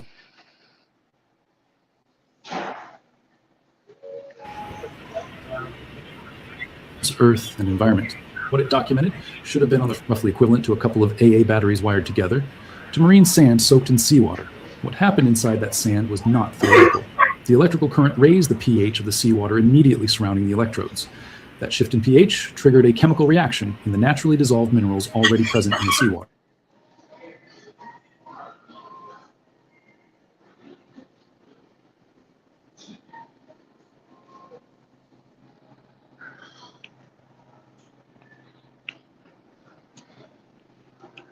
Every mussel shell, every oyster bed, every coral reef on trick, using their own metabolic energy for hundreds of millions of years. Rota Loria's team simply replaced metabolic energy with 2 volts of electricity. The precipitated minerals formed inside the sand itself and the microscopic spaces between every grain. They filled those gaps and hardened, locking the grains together into a continuous solid mass. The sand did not just firm up. It became, in Rota Loria's own words, rock-like, immovable, a material where the minerals that formed inside are individually stronger than concrete, bonded to sand at the molecular level rather than coating the surface. And the cost. His team calculated it carefully. To electrically cement 1 cubic meter of sandy ground, roughly a yard-long cube you could stand on, the cost runs between $3 and $6. The conventional method of injecting chemical binders into the same volume of ground costs up to $70 for the same unit. This process does the same job for less than 1/10 the price. It requires no heavy equipment, no mixing trucks, no chemical delivery systems, no kilns burning fossil fuels, to 2,600 degrees Fahrenheit. 2 electrodes pushed into wet sand and a low voltage power source. Now hold that number.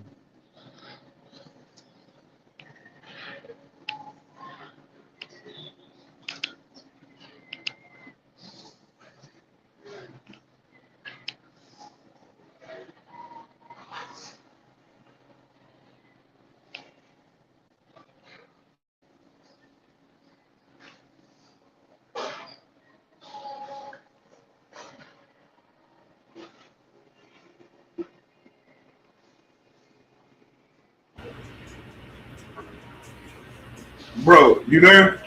Yo, yeah, I'm back on that, man. I'm in Walmart, and my phone was latched onto the Walmart Wi-Fi. I had to cancel that shit and come back on my own network. I missed the last piece. What happened? So did you didn't get to watch none of it? Yeah, I watched. Yeah, I was listening to some of it. Trying to bump on my ear so I can't. Tell me that I could take 2 electrodes and put it in a box of wet sand to create bricks? And create bricks? Bricks. Oh, brick. You talking about bricks, like building bricks? Yeah. Okay. The 2 electrodes and sand create bricks. Okay. I wonder what what's the mechanism?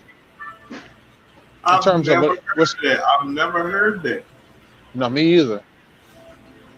And the reason why I'm saying that is because I'm thinking about buying some property and putting some shipping containers on there, and dropping down cement is one of the things that we got to do. But if we could build bricks that's harder than concrete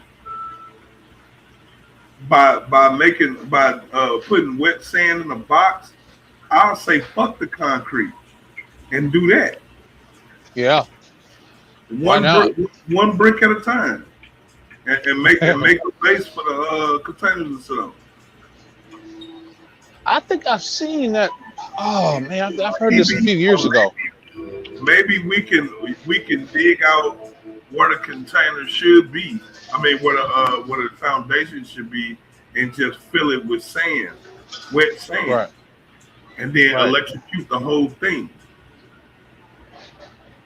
Man, you have to do some serious experimentation, brother, to get good at it. You know, play with it. They saying that people been doing it. I think we've been doing it for years, decades. I've heard of a year or so ago. I kind of remember that about a couple years ago. I didn't know anything about it though. What's the name of this process called? I've never heard this.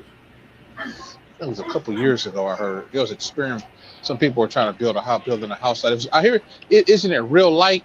It's like it's real light too, isn't it? As far as weight. I'm not sure. If I'm not mistaken, it's actually lighter. If I'm not mistaken, I think that was one of their benefits. If I'm not mistaken, I think it's light. It's easier to build and easier to manipulate because it's not as packed. It's not. I don't think the brick is as tightly dense. If I'm not mistaken. He called it something. I can't remember what he called it. Me, I forgot. Yeah, it was a couple years ago when I did that. Heat the grains. It forces them to bond.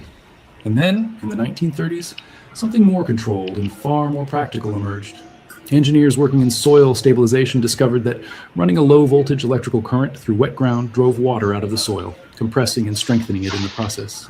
By the 1960s, this technique, called electroosmotic stabilization, was being used. Boom, right there. Electroosmotic stabilization.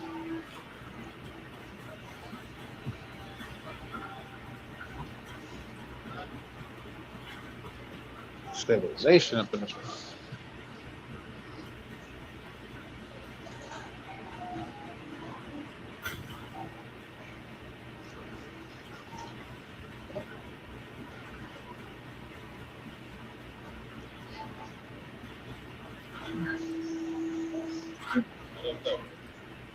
Hey, what's going on, bro? How you doing? Structure. The energy does not just heat the grains, it forces them to bond. And then, in the 1930s, something more controlled and far more practical emerged. Engineers working in soil stabilization discovered that running a low-voltage electrical current through wet ground drove water out of the soil, compressing and strengthening it in the process. By the 1960s, this technique, called electroosmotic stabilization. I have never heard of this, and I am so fucking intrigued. We have to fucking look into it. And this is how my study starts, bro. Me hearing some crazy ass shit like this, and then next thing you know, I'm fucking preaching this shit. You hear me? Right. Yeah, man. You said I want to find something. So they said pushes out water out of the sand. That's interesting. And dry it. Right, that's what the Ark of the Covenant was doing. Yeah, that's interesting. I'm at to look. That's I would like to see more application and what can be done with that kind of technology. Let's see how practical it is. Sounds pretty interesting. I want to see.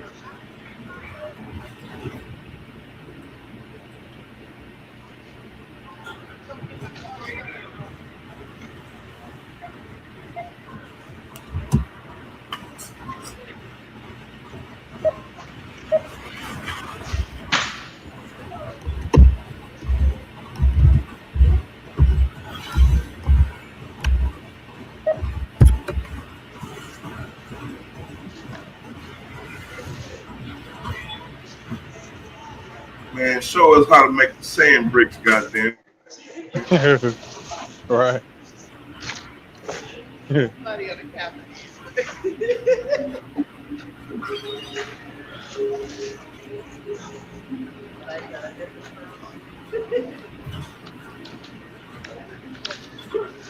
Bro said, show us how to make sand bricks.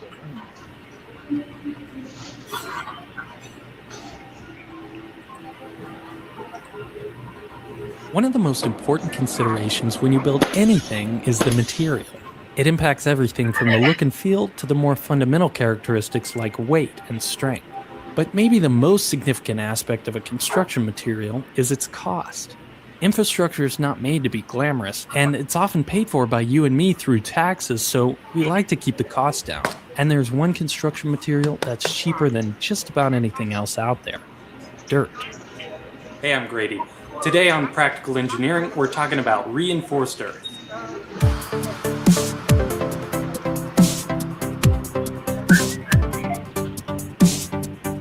You probably don't think much about the strength of the soil beneath your feet, but some of us have dirtier minds than others. Just about every structure out there sits on the ground, and anyone who's ever built a sandcastle knows that soil is not all that strong. So if we want our buildings and bridges and pipelines and roads and anything else that sits on the ground to keep standing, and especially if we want to use the earth itself as a construction material, we're going to need some geotechnical engineering. Soils are frictional materials. Rather than being held together by molecular bonding like steel or by a binder like cement and concrete, their strength almost completely depends on internal friction between the soil particles themselves. If we want to avoid sliding, the frictional force can be considered the shear strength. The more friction, the more strength against shearing. Just like the simple block on a plane, the shear strength of soil depends on the internal forces too. But unlike that example, soils have an infinite number of potential sliding planes all at once. Let's look at a sample of soil and apply a vertical force. If you analyze a horizontal failure plane, our force is completely perpendicular, or normal, so it's increasing the shear strength of the soil. What the fuck this guy do with making bricks, man? Goddamn. Them motherfuckers going into all kind of unnecessary detail. In this video, we are going to show you how earth blocks are made. Construction technologies. We've been around for 31 years, making these compressed earth block machines and selling them around the world. We've got machines in actually 51 countries. This is why we have to be in charge of this shit, man. So 30% clay. We can push the magic out sooner. It's selling dirt. They selling dirt, bro. Right. Like, that's all I'm saying is like, I want to hustle like. It will work for a compressed earth block. Alternatively, you can put about 7% Portland cement in with the mix, and then it will be stabilized. Then it will be waterproof. We have stabilized compressed earth blocks that have been sitting in a jar of water for 20 years, and they haven't even begun to erode. The two general ways to build with this material are unstabilized blocks, which is just pure earth out of the ground. 10 to 30% clay generally works, and you'd be surprised. It's generally what already exists in most soils. In that case, the clay is the binder. You can also do a stabilized block using either lime or Portland cement, and you're talking about 7% stabilizer, and then the rest earth. That gives you the benefit that it's then completely waterproof. Depending on what you're after, you can do unstabilized. Blocks are perfectly fine as long as they're covered with a lime plaster or a big porch overhang. Otherwise, you can stabilize them, and then they're completely waterproof by themselves, and then you don't have to cover them. You can just leave them exposed in all their beauty, which obviously the blocks have a really nice look to it. They have a nice color. They look natural. The great thing about this material is it's the structure, it's the insulation, it's the internal finish, it's the external finish if you want to just leave it completely raw. Here in Texas, your house will stay cool all summer long just because there's so much thermal mass. It's kind of like living in a cave in terms of the climate control. It's accessible, it's sustainable, it's a really cool product. It has a really cool, unique look to it. It's very energy efficient. No, thank you. There's a high thermal mass because it's so dense. We compress these blocks at about 1200 psi. These blocks are bulletproof, they're tornado proof, they're obviously fireproof. There's just about nothing that can destroy earth, which is why there's 1,000-year-old earthen buildings still standing today. Afghanistan, Iraq, those are some of the places they've been building with earth for thousands and thousands of years. Even the Great Pyramids are actually a form of compressed earth, or at least rammed earth, if you will. It's a lime-based soil that they compressed and then over 4,000 or 5,000 years turned into limestone. It started out as lime soil. So even those places have built with earth and still do build with earth. You say what? You know damn well that's not constructed in the same way, the material wise or whatever, because that's the pyramids. They do lying like a motherfucker. You know, if you look at the pyramids and the bricks and so forth, the material, you can find a similarity in our material. This motherfucker know his shit way cheaper than the pyramid material. This nigga said this shit like the pyramid is wild as hell, bro. But I'm saying, if you could make your own bricks, bro, like you could save a lot of money. Right. Facts, bro. I mean, you got to do is start stacking them, bro, and throw mortar on them. Yeah. And you can even probably make them into like interlocking wedge, you know? I would design mine as an interlocking mutual kind of interlocking key, like Legos. Yeah, you know. The dirt that the house sit up on, and then built the house around the hole that you digging the dirt from. Yeah. When you done, it'd be like 2-3 stories worth of dirt missing up inside of the house. And then you could turn all that shit into like a sub house. Yeah. That'd be dope. Pretty much. I still want to find out how to make the damn bricks from electrocute. They're probably not going to. Actually, probably proprietary like a mother. Right, it's like they don't want to show us. Well, if I was them, I wouldn't show it if I was them. There is a construction site somewhere in the world right now where the ground beneath the foundations is loose sand, not bedrock, not compacted soil, sand, the kind that shifts, the kind that liquefies in an earthquake, the kind that has swallowed sea walls whole. For 100 years, the answer to that problem was cement, injected into the ground, let it harden, stabilize the sand from within. It works. It also costs millions of dollars per mile, contaminates groundwater, and requires the same industrial system responsible for 8% of the world's carbon emissions to produce. There is another answer. You run electricity through the sand, and the sand becomes stone, a process that could protect every eroding coastline on Earth right now and eventually replace the most destructive building material ever invented. Not slowly, not with heat, not with cement. A mild electrical current, too weak to feel, passes through sand saturated with seawater. And almost instantaneously, minerals begin to grow between the grains, crystal by crystal. Contact by contact, loose sand that poured freely through your fingers becomes solid, load-bearing rock. The Great Barrier Reef does this. Oysters do this. The White Cliffs of Dover, 110 meters of solid chalk rising from the English Channel, were built this way, grain by grain, by marine organisms that had. It's kind of coming to me. I'm able to eat. I went and got some sherbet popsicles in this month. Eat one of these motherfuckers while watching this. As I was sitting here eating this motherfucker, I kind of recall something like this a few years ago. I think they add some shit to. It's not just absolute sand. I think it's an additive they put in that motherfucker. Then they do the color. It just came to my intuition. I said, wait a minute. It gotta be, because I just can't imagine putting sand in a box. Right. It's not just sand. It's some other shit they add into it. I can see that working. I can't remember what it was though.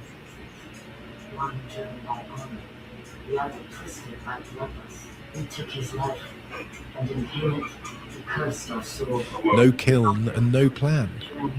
Just chemistry and electricity. The question is why it took us this long to figure out how to do it on purpose. To understand why that question matters, you have to understand what cement costs the planet. Concrete is the most used construction material in human history. Every bridge, dam, hospital, school, apartment tower, and highway, the modern world is made of it. And at the center of concrete is cement, the binding agent that holds everything together. Making cement requires heating limestone to approximately 1,450 degrees Celsius in massive rotating kilns. Those kilns run continuously on every continent around the clock. And they release carbon dioxide through two separate mechanisms. The first is the fuel, the second is the limestone itself. When you heat calcium carbonate to that temperature, it breaks apart chemically and releases carbon dioxide regardless of what fuel you used. There is no clean way to run the kiln. The carbon is in the reaction. The result is that cement production alone is responsible for approximately 8% of global carbon dioxide emissions. More than aviation, more than shipping.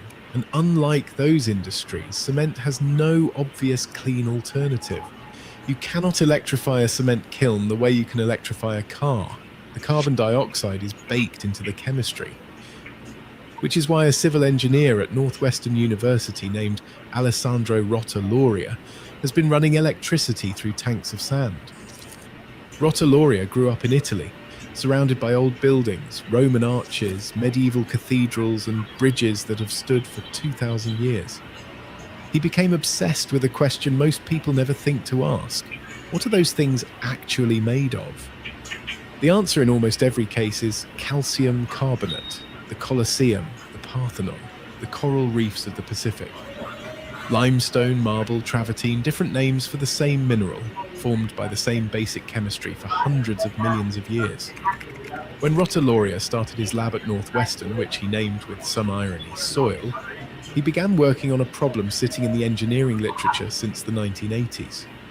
Researchers had known for decades that running electricity you know what a motherfucker can make a house out of? Minerals to crystallize. What? Documented, understood.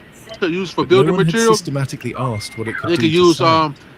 some heavy gauge plexiglass, The like that experiment he bulletproof ran is shit, simpler than it but go like sounds. thick as a vault door, like about 12, about 8, about 10 to 12 inches thick. Seawater, the kind that exists in That shit probably unlimited expensive as hell. quantities along But every you can coastline on Earth. Certain electrodes of apply course it's low gonna be colored or electrical tinted. It'll be tinted black or whatever color you changes want to the local use. chemistry around And you the can also electrodes, raising the add, you pH can of the dilute it water. with some flame That retardant pH material shift just in causes case someone try to minerals melt that this are shit, even though it's gonna be hard as fuck to naturally melt that dissolved thick. in You know, nobody ain't getting in there, calcium, man. magnesium, and But they can add that in there for extra Stop cost, being just in dissolved and case. start being solid. And you know that mother be man, you can do something like that. They crystallize. And because sand grains are present, those crystals You can probably form pour, in the you can spaces probably build that between them. real quick. You can Each pour that in there crystal real group is quick. one grain to another, then thousands, then millions. The minerals grow around and between the grains like natural mortar, except the mortar isn't mixed and applied from outside. It grows from within. In laboratory experiments at Northwestern, a mild electrical current instantaneously transformed marine sand into a rock-like I used to immovable experiment solid. with some of The that same back in the minerals day. that built seashells and Fabricating coral reefs custom formed car between spoilers. individual grains We used a of thick each glass plexiglass called Loose sand Lexon. That becomes stone. motherfucker was hard as hell No to melt. heat, no cement, But no you carbon can play with it. dioxide, just And for electricity, dangling, bend that seawater, motherfucker. and But time. man, that shit expensive. But it was There is real one thick detail too. about this It was on like process maybe a that stops half-inch people thick, when but they it was hear it. man, mother was It's hard as reversible. hell, man. Real If stiff. you switch the anode and cathode and swap which electrode is positive and which is negative, the electrical field reverses. The local pH drops instead of rising. The minerals that had crystallized between the sand grains begin to dissolve. The stone becomes sand again. The same switch that turns sand into stone can turn stone back into sand on demand. This is not a theoretical curiosity, it has direct practical implications. Coastal communities could harden stretches of beach or seafloor against erosion and storm surge, then reverse the process if the coastline changes. Construction sites could stabilize loose ground for foundation work, then allow it to return to its natural state once complete. No permanent chemical change, no contamination, no residue, just a change of polarity. The applications that Rotta-Loria's team has outlined go well beyond the laboratory. Over 40% of the world's population lives in coastal areas. Erosion is accelerating. Seawalls, which cost millions of dollars per mile and require massive stone foundations, are being swallowed by the very ground they are meant to protect. The sand beneath them liquefies under repeated wave action and the walls sink. Electrochemical sand solidification offers a different model entirely. Instead of building a wall on top of the sand, you harden the sand itself. No imported materials, no heavy equipment, electrodes installed in the seabed, low current applied. The coastline stabilizes from within. At an estimated cost of $3 to $6 per cubic meter, compared to $70 or more for conventional chemical stabilization, the economics are as compelling as the engineering. Rotta-Loria estimates the treated sand should maintain its durability for decades, protecting coastlines and property against erosion and sea level rise. because the voltage involved is too mild I think he to just feel. said, I could have There is no sworn I heard the hazard to word marine treated. life. Other researchers have used similar low voltage processes I could have to sworn I heard him restore say the coral treated reefs. material. The chemistry is the same. The marine organisms are unaffected. They probably treat Hardening that beaches and shit with coastlines something, you is know? a small scale application. The real I could target have sworn him. I could have sworn him say $3 treated. concrete I said, yeah, with the industry. treated so and so. And that is where this technology gets genuinely I disruptive. could have sworn I heard this. Working with Cemex, one of the largest cement producers in the world, Rottaloria has been exploring whether the same electrochemical mineralization process can be used to grow construction aggregate from seawater, not to stabilize sand in the ground, but to manufacture new mineral material for concrete production itself. The vision is specific. Most major cement plants are located on coastlines. They are there because limestone is heavy and ships easily. Those same plants sit next to an unlimited supply of seawater. Rottaloria's proposal is to install modular electrochemical reactors at those coastal plants. The plant produces cement and carbon dioxide. That carbon dioxide gets captured and fed into the reactors. Seawater feeds the reactors. Renewable electricity runs the current. Damn. And the reactors grow mineral aggregate, calcium carbonate. You see all those to electrical replace panels? You saw all those solar mined panels? limestone in the plant's own concrete production. That's The what I'm same talking plant about, that man. was emitting carbon dioxide Goddamn becomes solar a panel. plant that sequesters it, locked inside the material it sells. He calls it circularity. The carbon dioxide goes in, the stone comes out, nothing need goes them up the goddamn stack. panels, man. But there is We one need them more panels. output from this process that nobody talks about. Hell yeah, man. You can do When one. You split get them water panels, with man. You can do electricity, anything. The second reaction happens at the other electrode. Hydrogen gas is released. Clean hydrogen is the same fuel that governments and energy companies are spending hundreds of billions of dollars to produce at scale. It can power vehicles. They're gonna do that eventually. Right? Man. Oh, look at that. Better than meat. Oh, man. You know your boy Trump, I think in his first term, he cleared the way for human consumption. He reversed it. It made it okay. Cleared the way for human consumption for clone meat. What? In his first term. Trump.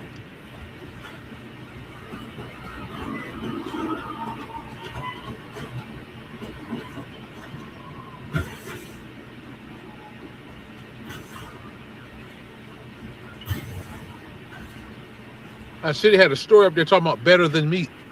Oh, shit, dude. Man. Chemical, laboratory ass meat in his mama.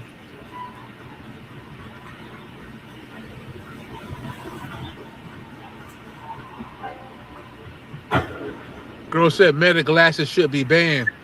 You heard about they about to put some cameras in them ear pods. What? Uh-huh. Yeah. Crazy.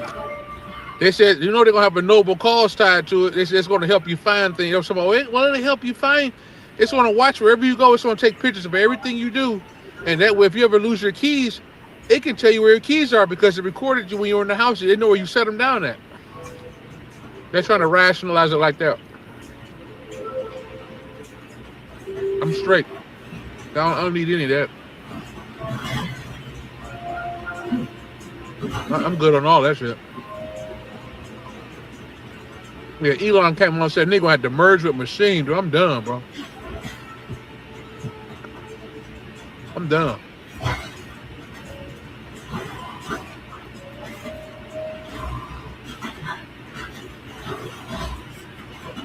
He said, these niggas gotta become machines, dude. That shit wild as hell. Beat. Man, fuck that guy. You better get there. I better not ever see that dude around.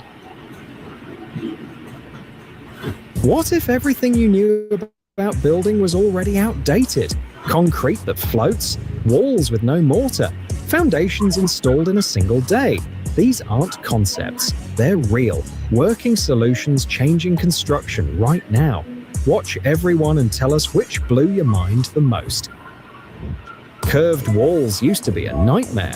Soaking drywall, special tools, cracking panels, hours of frustration. Cobra Flex changes everything. This revolutionary flexible plasterboard bends smoothly in either direction without breaking. Each panel measures 4 by 5 feet, weighs just 21 pounds, and achieves curves as tight as 15 degrees. It features the same gypsum core as standard drywall, delivers fire resistance, and finishes just as cleanly. What if building curves was actually easier than building straight?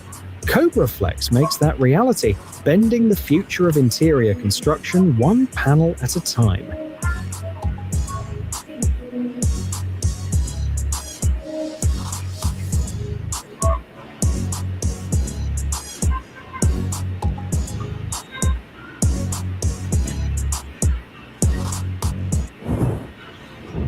Imagine stacking panels together like a puzzle and ending up with walls that outperform traditional framing in almost every way.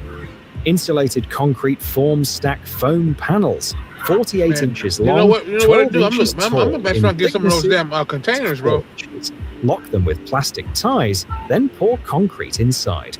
The foam stays permanently, acting as built-in insulation on both sides. No formaldehyde, fire-resistant, thermally superior. Grooves every few inches keep ties perfectly aligned. Special brackets handle corners, windows, and wider walls. Could anything make high-performance concrete walls this accessible? This system proves smart building doesn't have to be complicated.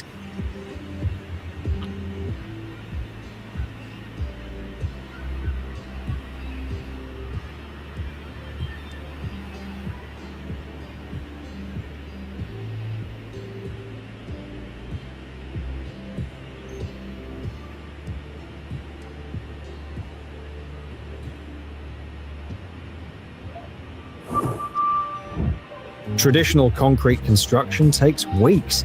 The Kumkang aluminum formwork system compresses full floor cycles down to just 4 to 7 days. Panels are light enough to reposition by hand, yet each survives over 300 uses. Wall panels span 23 inches wide and stand 7.5 to 8 feet tall. Walls, beams, slabs, columns, and staircases all cast simultaneously in one step. Slab panels strip without removing supports below, accelerating the pace even further. Could a formwork system ever make concrete construction this fast without sacrificing quality? Kumkang just proved it's possible and made it the new benchmark for modern building.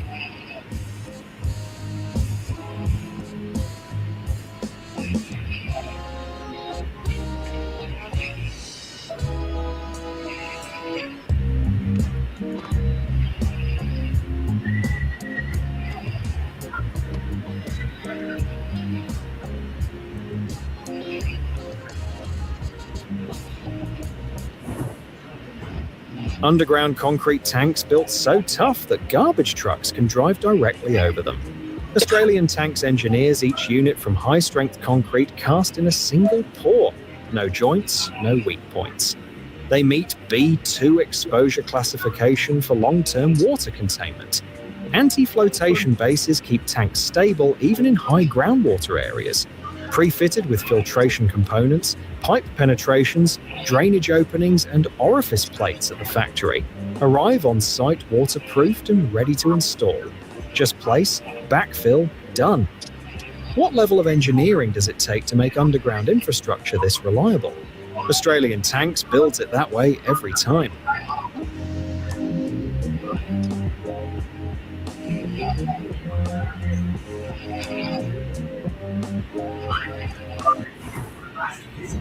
Born from real-world construction frustration, SpiderTie rethinks how concrete walls are built entirely. Contractor Greg McDana's invention uses reusable plastic ties shaped like spiders. You simply screw plywood onto them. Choose from 6, 8, or 10-inch sizes depending on wall thickness. The plastic withstands immense pressure from wet concrete. 2 versions exist: dry for foundations and basements, wet for pools and moisture-heavy environments. Curved walls, custom pool shells, winding landscape features, all suddenly manageable. Why haul heavy framing when the same materials work again and again? SpiderTie is construction intelligence at its simplest.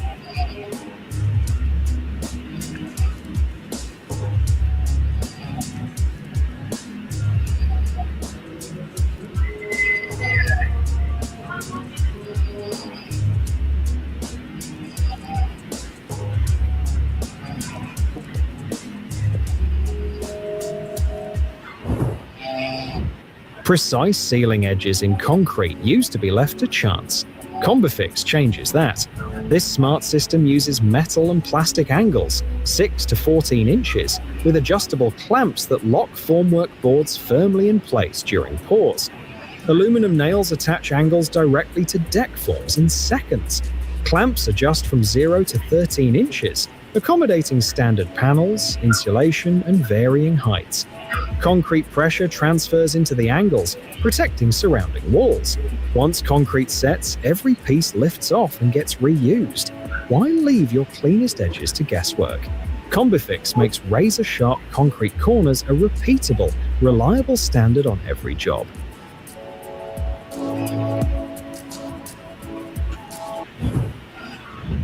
What if concrete formwork could be set up with just a simple twist? SPS formwork eliminates the old-school struggle of hand-cut timber, nails, and clamps. This modular system uses injection-molded plastic panels reinforced with steel, lightweight enough to carry by hand, yet incredibly precise. Look at it, like dual using the locking plastic. pin mechanism snaps panels together instantly. Square columns, You rectangular see that, brother? custom They configurations. look like they're using that hard plastic. Wood that degrades fast, SPS panels deliver consistent dimensions and surface quality across I was thinking about plexiglass, but look like they're using some plastic reinforced with metal in that. This is how modern concrete construction finally gets the upgrade it deserves.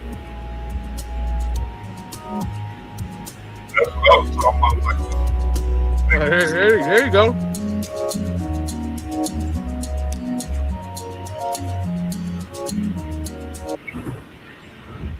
Four people, one house, 2 days. That's the jaw-dropping reality of the Aircrete building system. Built on autoclaved, aerated concrete, these panels combine sand, ash, cement, lime, and a trace of aluminium powder that creates millions of air bubbles, hardened under high-pressure steam. The result? Panels far lighter than standard concrete, yet strong enough for 5-story buildings. Wall, floor, roof, and cladding panels. One complete that's it right there. integrated system. The cement that's real Non-combustible. light, but it's Hours real of direct strong. fire resistance. Could speed and And it's structural fire. I think strength this is the one I was finally talking exist earlier. at this level? The material I was Aircrete talking about just right here. made it the new normal in modern construction. It's real light. It's better like cement, but it's light. But they adding something into that motherfucker though, bro. There gotta be something in there. Some kind of a resin, probably some kind of a polymer resin, you know. Some kind of hardener, you know. Behind every massive construction project is a logistics engine most people never see. Discaf Group's Kapar warehouse in Malaysia operates as that engine. Positioned near major ports and highways, it stores tubular scaffold frames, couplers, modular panels, and fall protection gear, ready for rapid mobilization. Pre-assembly happens here, cutting deployment time at the project level. Pre-departure quality checks ensure everything performs flawlessly. Storage, logistics, assembly, and inspection, all under one roof. How does a single facility keep large-scale projects moving without delay? SCAF Group's Kapar operation proves that world-class construction infrastructure begins long before the first bolt is placed.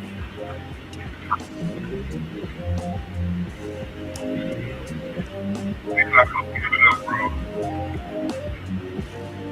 They're not gonna give it up. We'll never know how it's fucking done. I'm pissed now. I bet they pour some of that damn hardener in there. Like, you know, you ever worked with fiberglass before? Well, Fiberglass cloth. Yeah, you can pour some hardener in there. It's a cloth.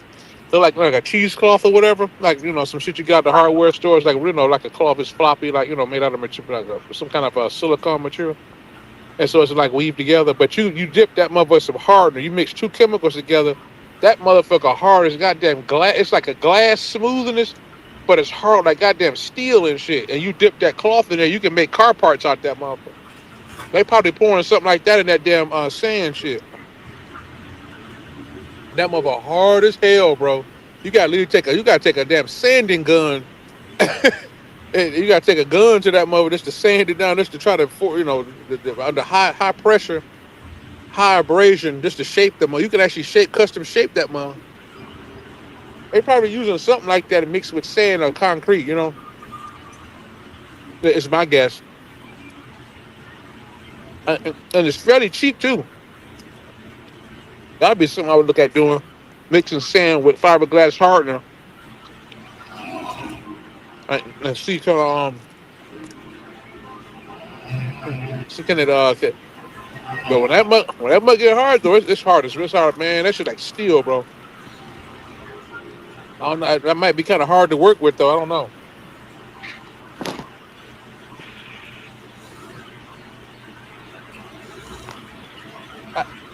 When I did custom car body work years ago, we used car panels out of fiberglass.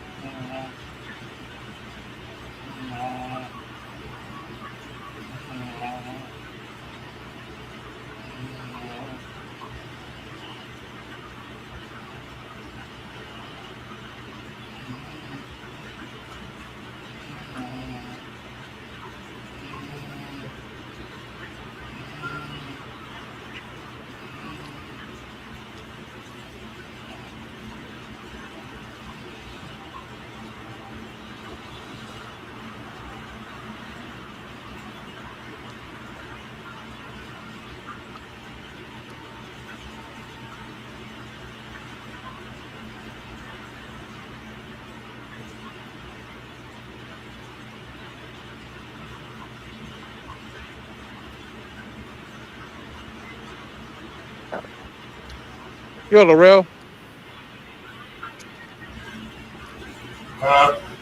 What vid you about to play?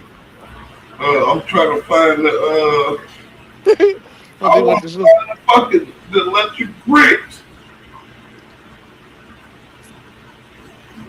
They talking about it, but they not showing it. Yeah. What the fuck?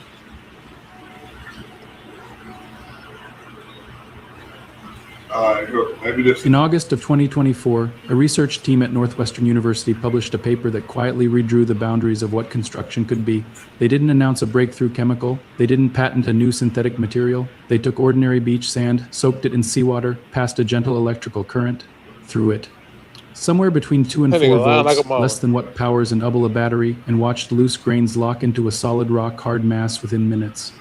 No cement, no mixing, no kiln fired to 1400 degrees Celsius, just electricity, sand, and the ocean. Professor Alessandro Rotoloria, who led the study, described those first lab experiments the way someone describes watching the impossible unfold in slow motion. The sand didn't simply harden, it became something different altogether, dense, cohesive, structurally sound, not manufactured, not fabricated, grown from the minerals already, dissolved in seawater itself. The paper landed in Communications Earth and Environment, a journal inside the Nature portfolio, peer-reviewed, independently verified, confirmed by mineralogists. The science held, and then, the way so much genuinely important science does, it slipped quietly into the archive while the world kept buying bags of Portland cement at $30 a pop. This is where the story starts, not with conspiracy, with a question that deserves a real answer. When a process this significant lands in one of the world's most respected scientific journals, backed by the Army Research Office, verified by physicists and engineers, why does almost nobody building infrastructure today know it exists?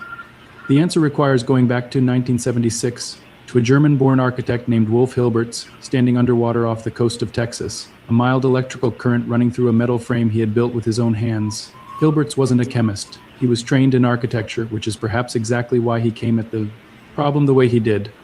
He was consumed by a single question most engineers had never thought to ask: how does a coral reef build itself? A coral reef is structurally harder than most commercial concrete. It grows in the harshest saltwater environments on the planet. It repairs itself, strengthens with age, and builds itself from nothing but seawater and electricity generated by living organisms. Hilberts thought, what if you didn't need the organism? What if you could replicate the chemistry with a simple electrode and a low voltage current? He ran the experiment, 2 metal electrodes in seawater connected to a low-voltage DC source. What happened next had never been documented outside of biological systems. Calcium carbonate, magnesium hydroxide, hydromagnesite, minerals dissolved in the seawater began precipitating out of solution and depositing directly onto the cathode, layer by layer, crystal by crystal, building a dense, solid, load-bearing structure from water. He called it mineral accretion. The world would come to know it as BIROC. By 1979, Hilberts had published in the IEEE Journal of Oceanic Engineering. By 1981, the U.S. Patent Office had issued him a patent for large-scale structural mineral accretion. The compressive strength of the material measured between 3,200 and 5,350 pounds per square inch, comparable to concrete used in sidewalks and low-rise foundations. It required no extraction, no mining, no combustion, and no factory.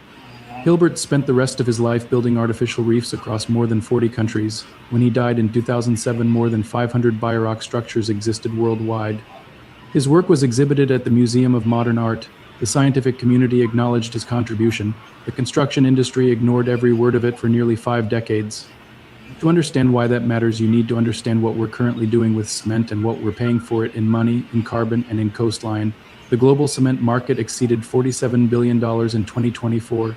The broader concrete and construction materials industry eclipses $1.8 trillion when you fold. In ready mix, precast, and structural applications, we pour more concrete every 3 years than was poured across the entire 20th century combined, and the cost no quarterly earnings call leads with. The cement industry is responsible for roughly 8% of total global CO2 emissions every year, the third largest source of hard-to-eliminate carbon on the planet. Producing 1 ton of cement releases approximately 900 kilograms of CO2. That release isn't an inefficiency engineers just haven't gotten around to solving. It is inherent to the chemistry. You cannot make Portland cement without decomposing limestone at extreme heat. There is no carbon-neutral version. It is chemically impossible under current processes. When climate targets demand a 16% reduction in cement emissions by 2030, the industry responds with carbon capture proposals and incremental efficiency upgrades, all of which cost money, none of which change the fundamental chemistry that has been releasing carbon since the 1820s. Meanwhile, Rotoloria's team ran the numbers. The cost to cement 1 cubic meter of marine sand using electrodeposition, $3 to $6, conventional binders for comparable coastal applications, up to $70 for the same volume. That is not a marginal improvement. That is an order of magnitude cost reduction with 0 carbon emissions, no mining, and no proprietary compounds. Just electrons and minerals the ocean already provides for free. The mechanism is worth understanding because it is one of the most elegant pieces of applied electrochemistry in recent engineering literature. Seawater is not just water. It is an electrolyte loaded with dissolved ions, calcium, magnesium, bicarbonate, chloride, sulfate, the same building blocks every coral and shellfish uses to construct its skeleton. The chemistry is already in the water. What is missing is the energy to drive precipitation. When current flows between 2 submerged electrodes, it raises the pH at the cathode. Calcium carbonate loses its solubility and precipitates directly onto the electrode's surface and onto any surrounding sand. The mineral crystals don't just coat the grains, they grow bridges between them, interlocking across the void spaces and cementing the entire matrix into a coherent solid. At 2 to 3 volts, the dominant deposit is calcium carbonate, the same mineral forming the Great Barrier Reef. At around 4 volts, the reaction shifts toward magnesium hydroxide and hydromagnesite. Rotoloria's team was the first to document hydromagnesite forming through this process. The resulting material reaches compressive strengths of several megapascals with hydraulic conductivity reduced by an order of magnitude. The team also showed the entire process is reversible. Flip the polarity and the minerals dissolve back into solution. The rock becomes sand again. The material process you can undo on command suggests programmable ground infrastructure, modifiable, repairable, removable without demolition equipment and without generating the 1.3 billion tons of construction waste the global building sector produces every year. And Rotoloria's team isn't working alone. A parallel field called biocementation has spent 2 decades developing an equally radical approach using microbiology instead of electricity. Microbially induced carbonate precipitation introduces a specific bacterium into sand alongside urea and calcium chloride. The bacterium produces an enzyme that drives a reaction forming calcium carbonate crystals directly at the contact points between grains, fusing them together. In a landmark field test, researchers grew a 100 cubic meter sand column 2 strengths up to 12 megapascals, stronger than some architectural concrete at ambient temperature with no combustion and no emissions. What ties all of these threads together? Hilberts in 1976, Northwestern in 2024, biocementation. Researchers in between is the same logic. Nature already knows how to turn loose granular material into solid stone.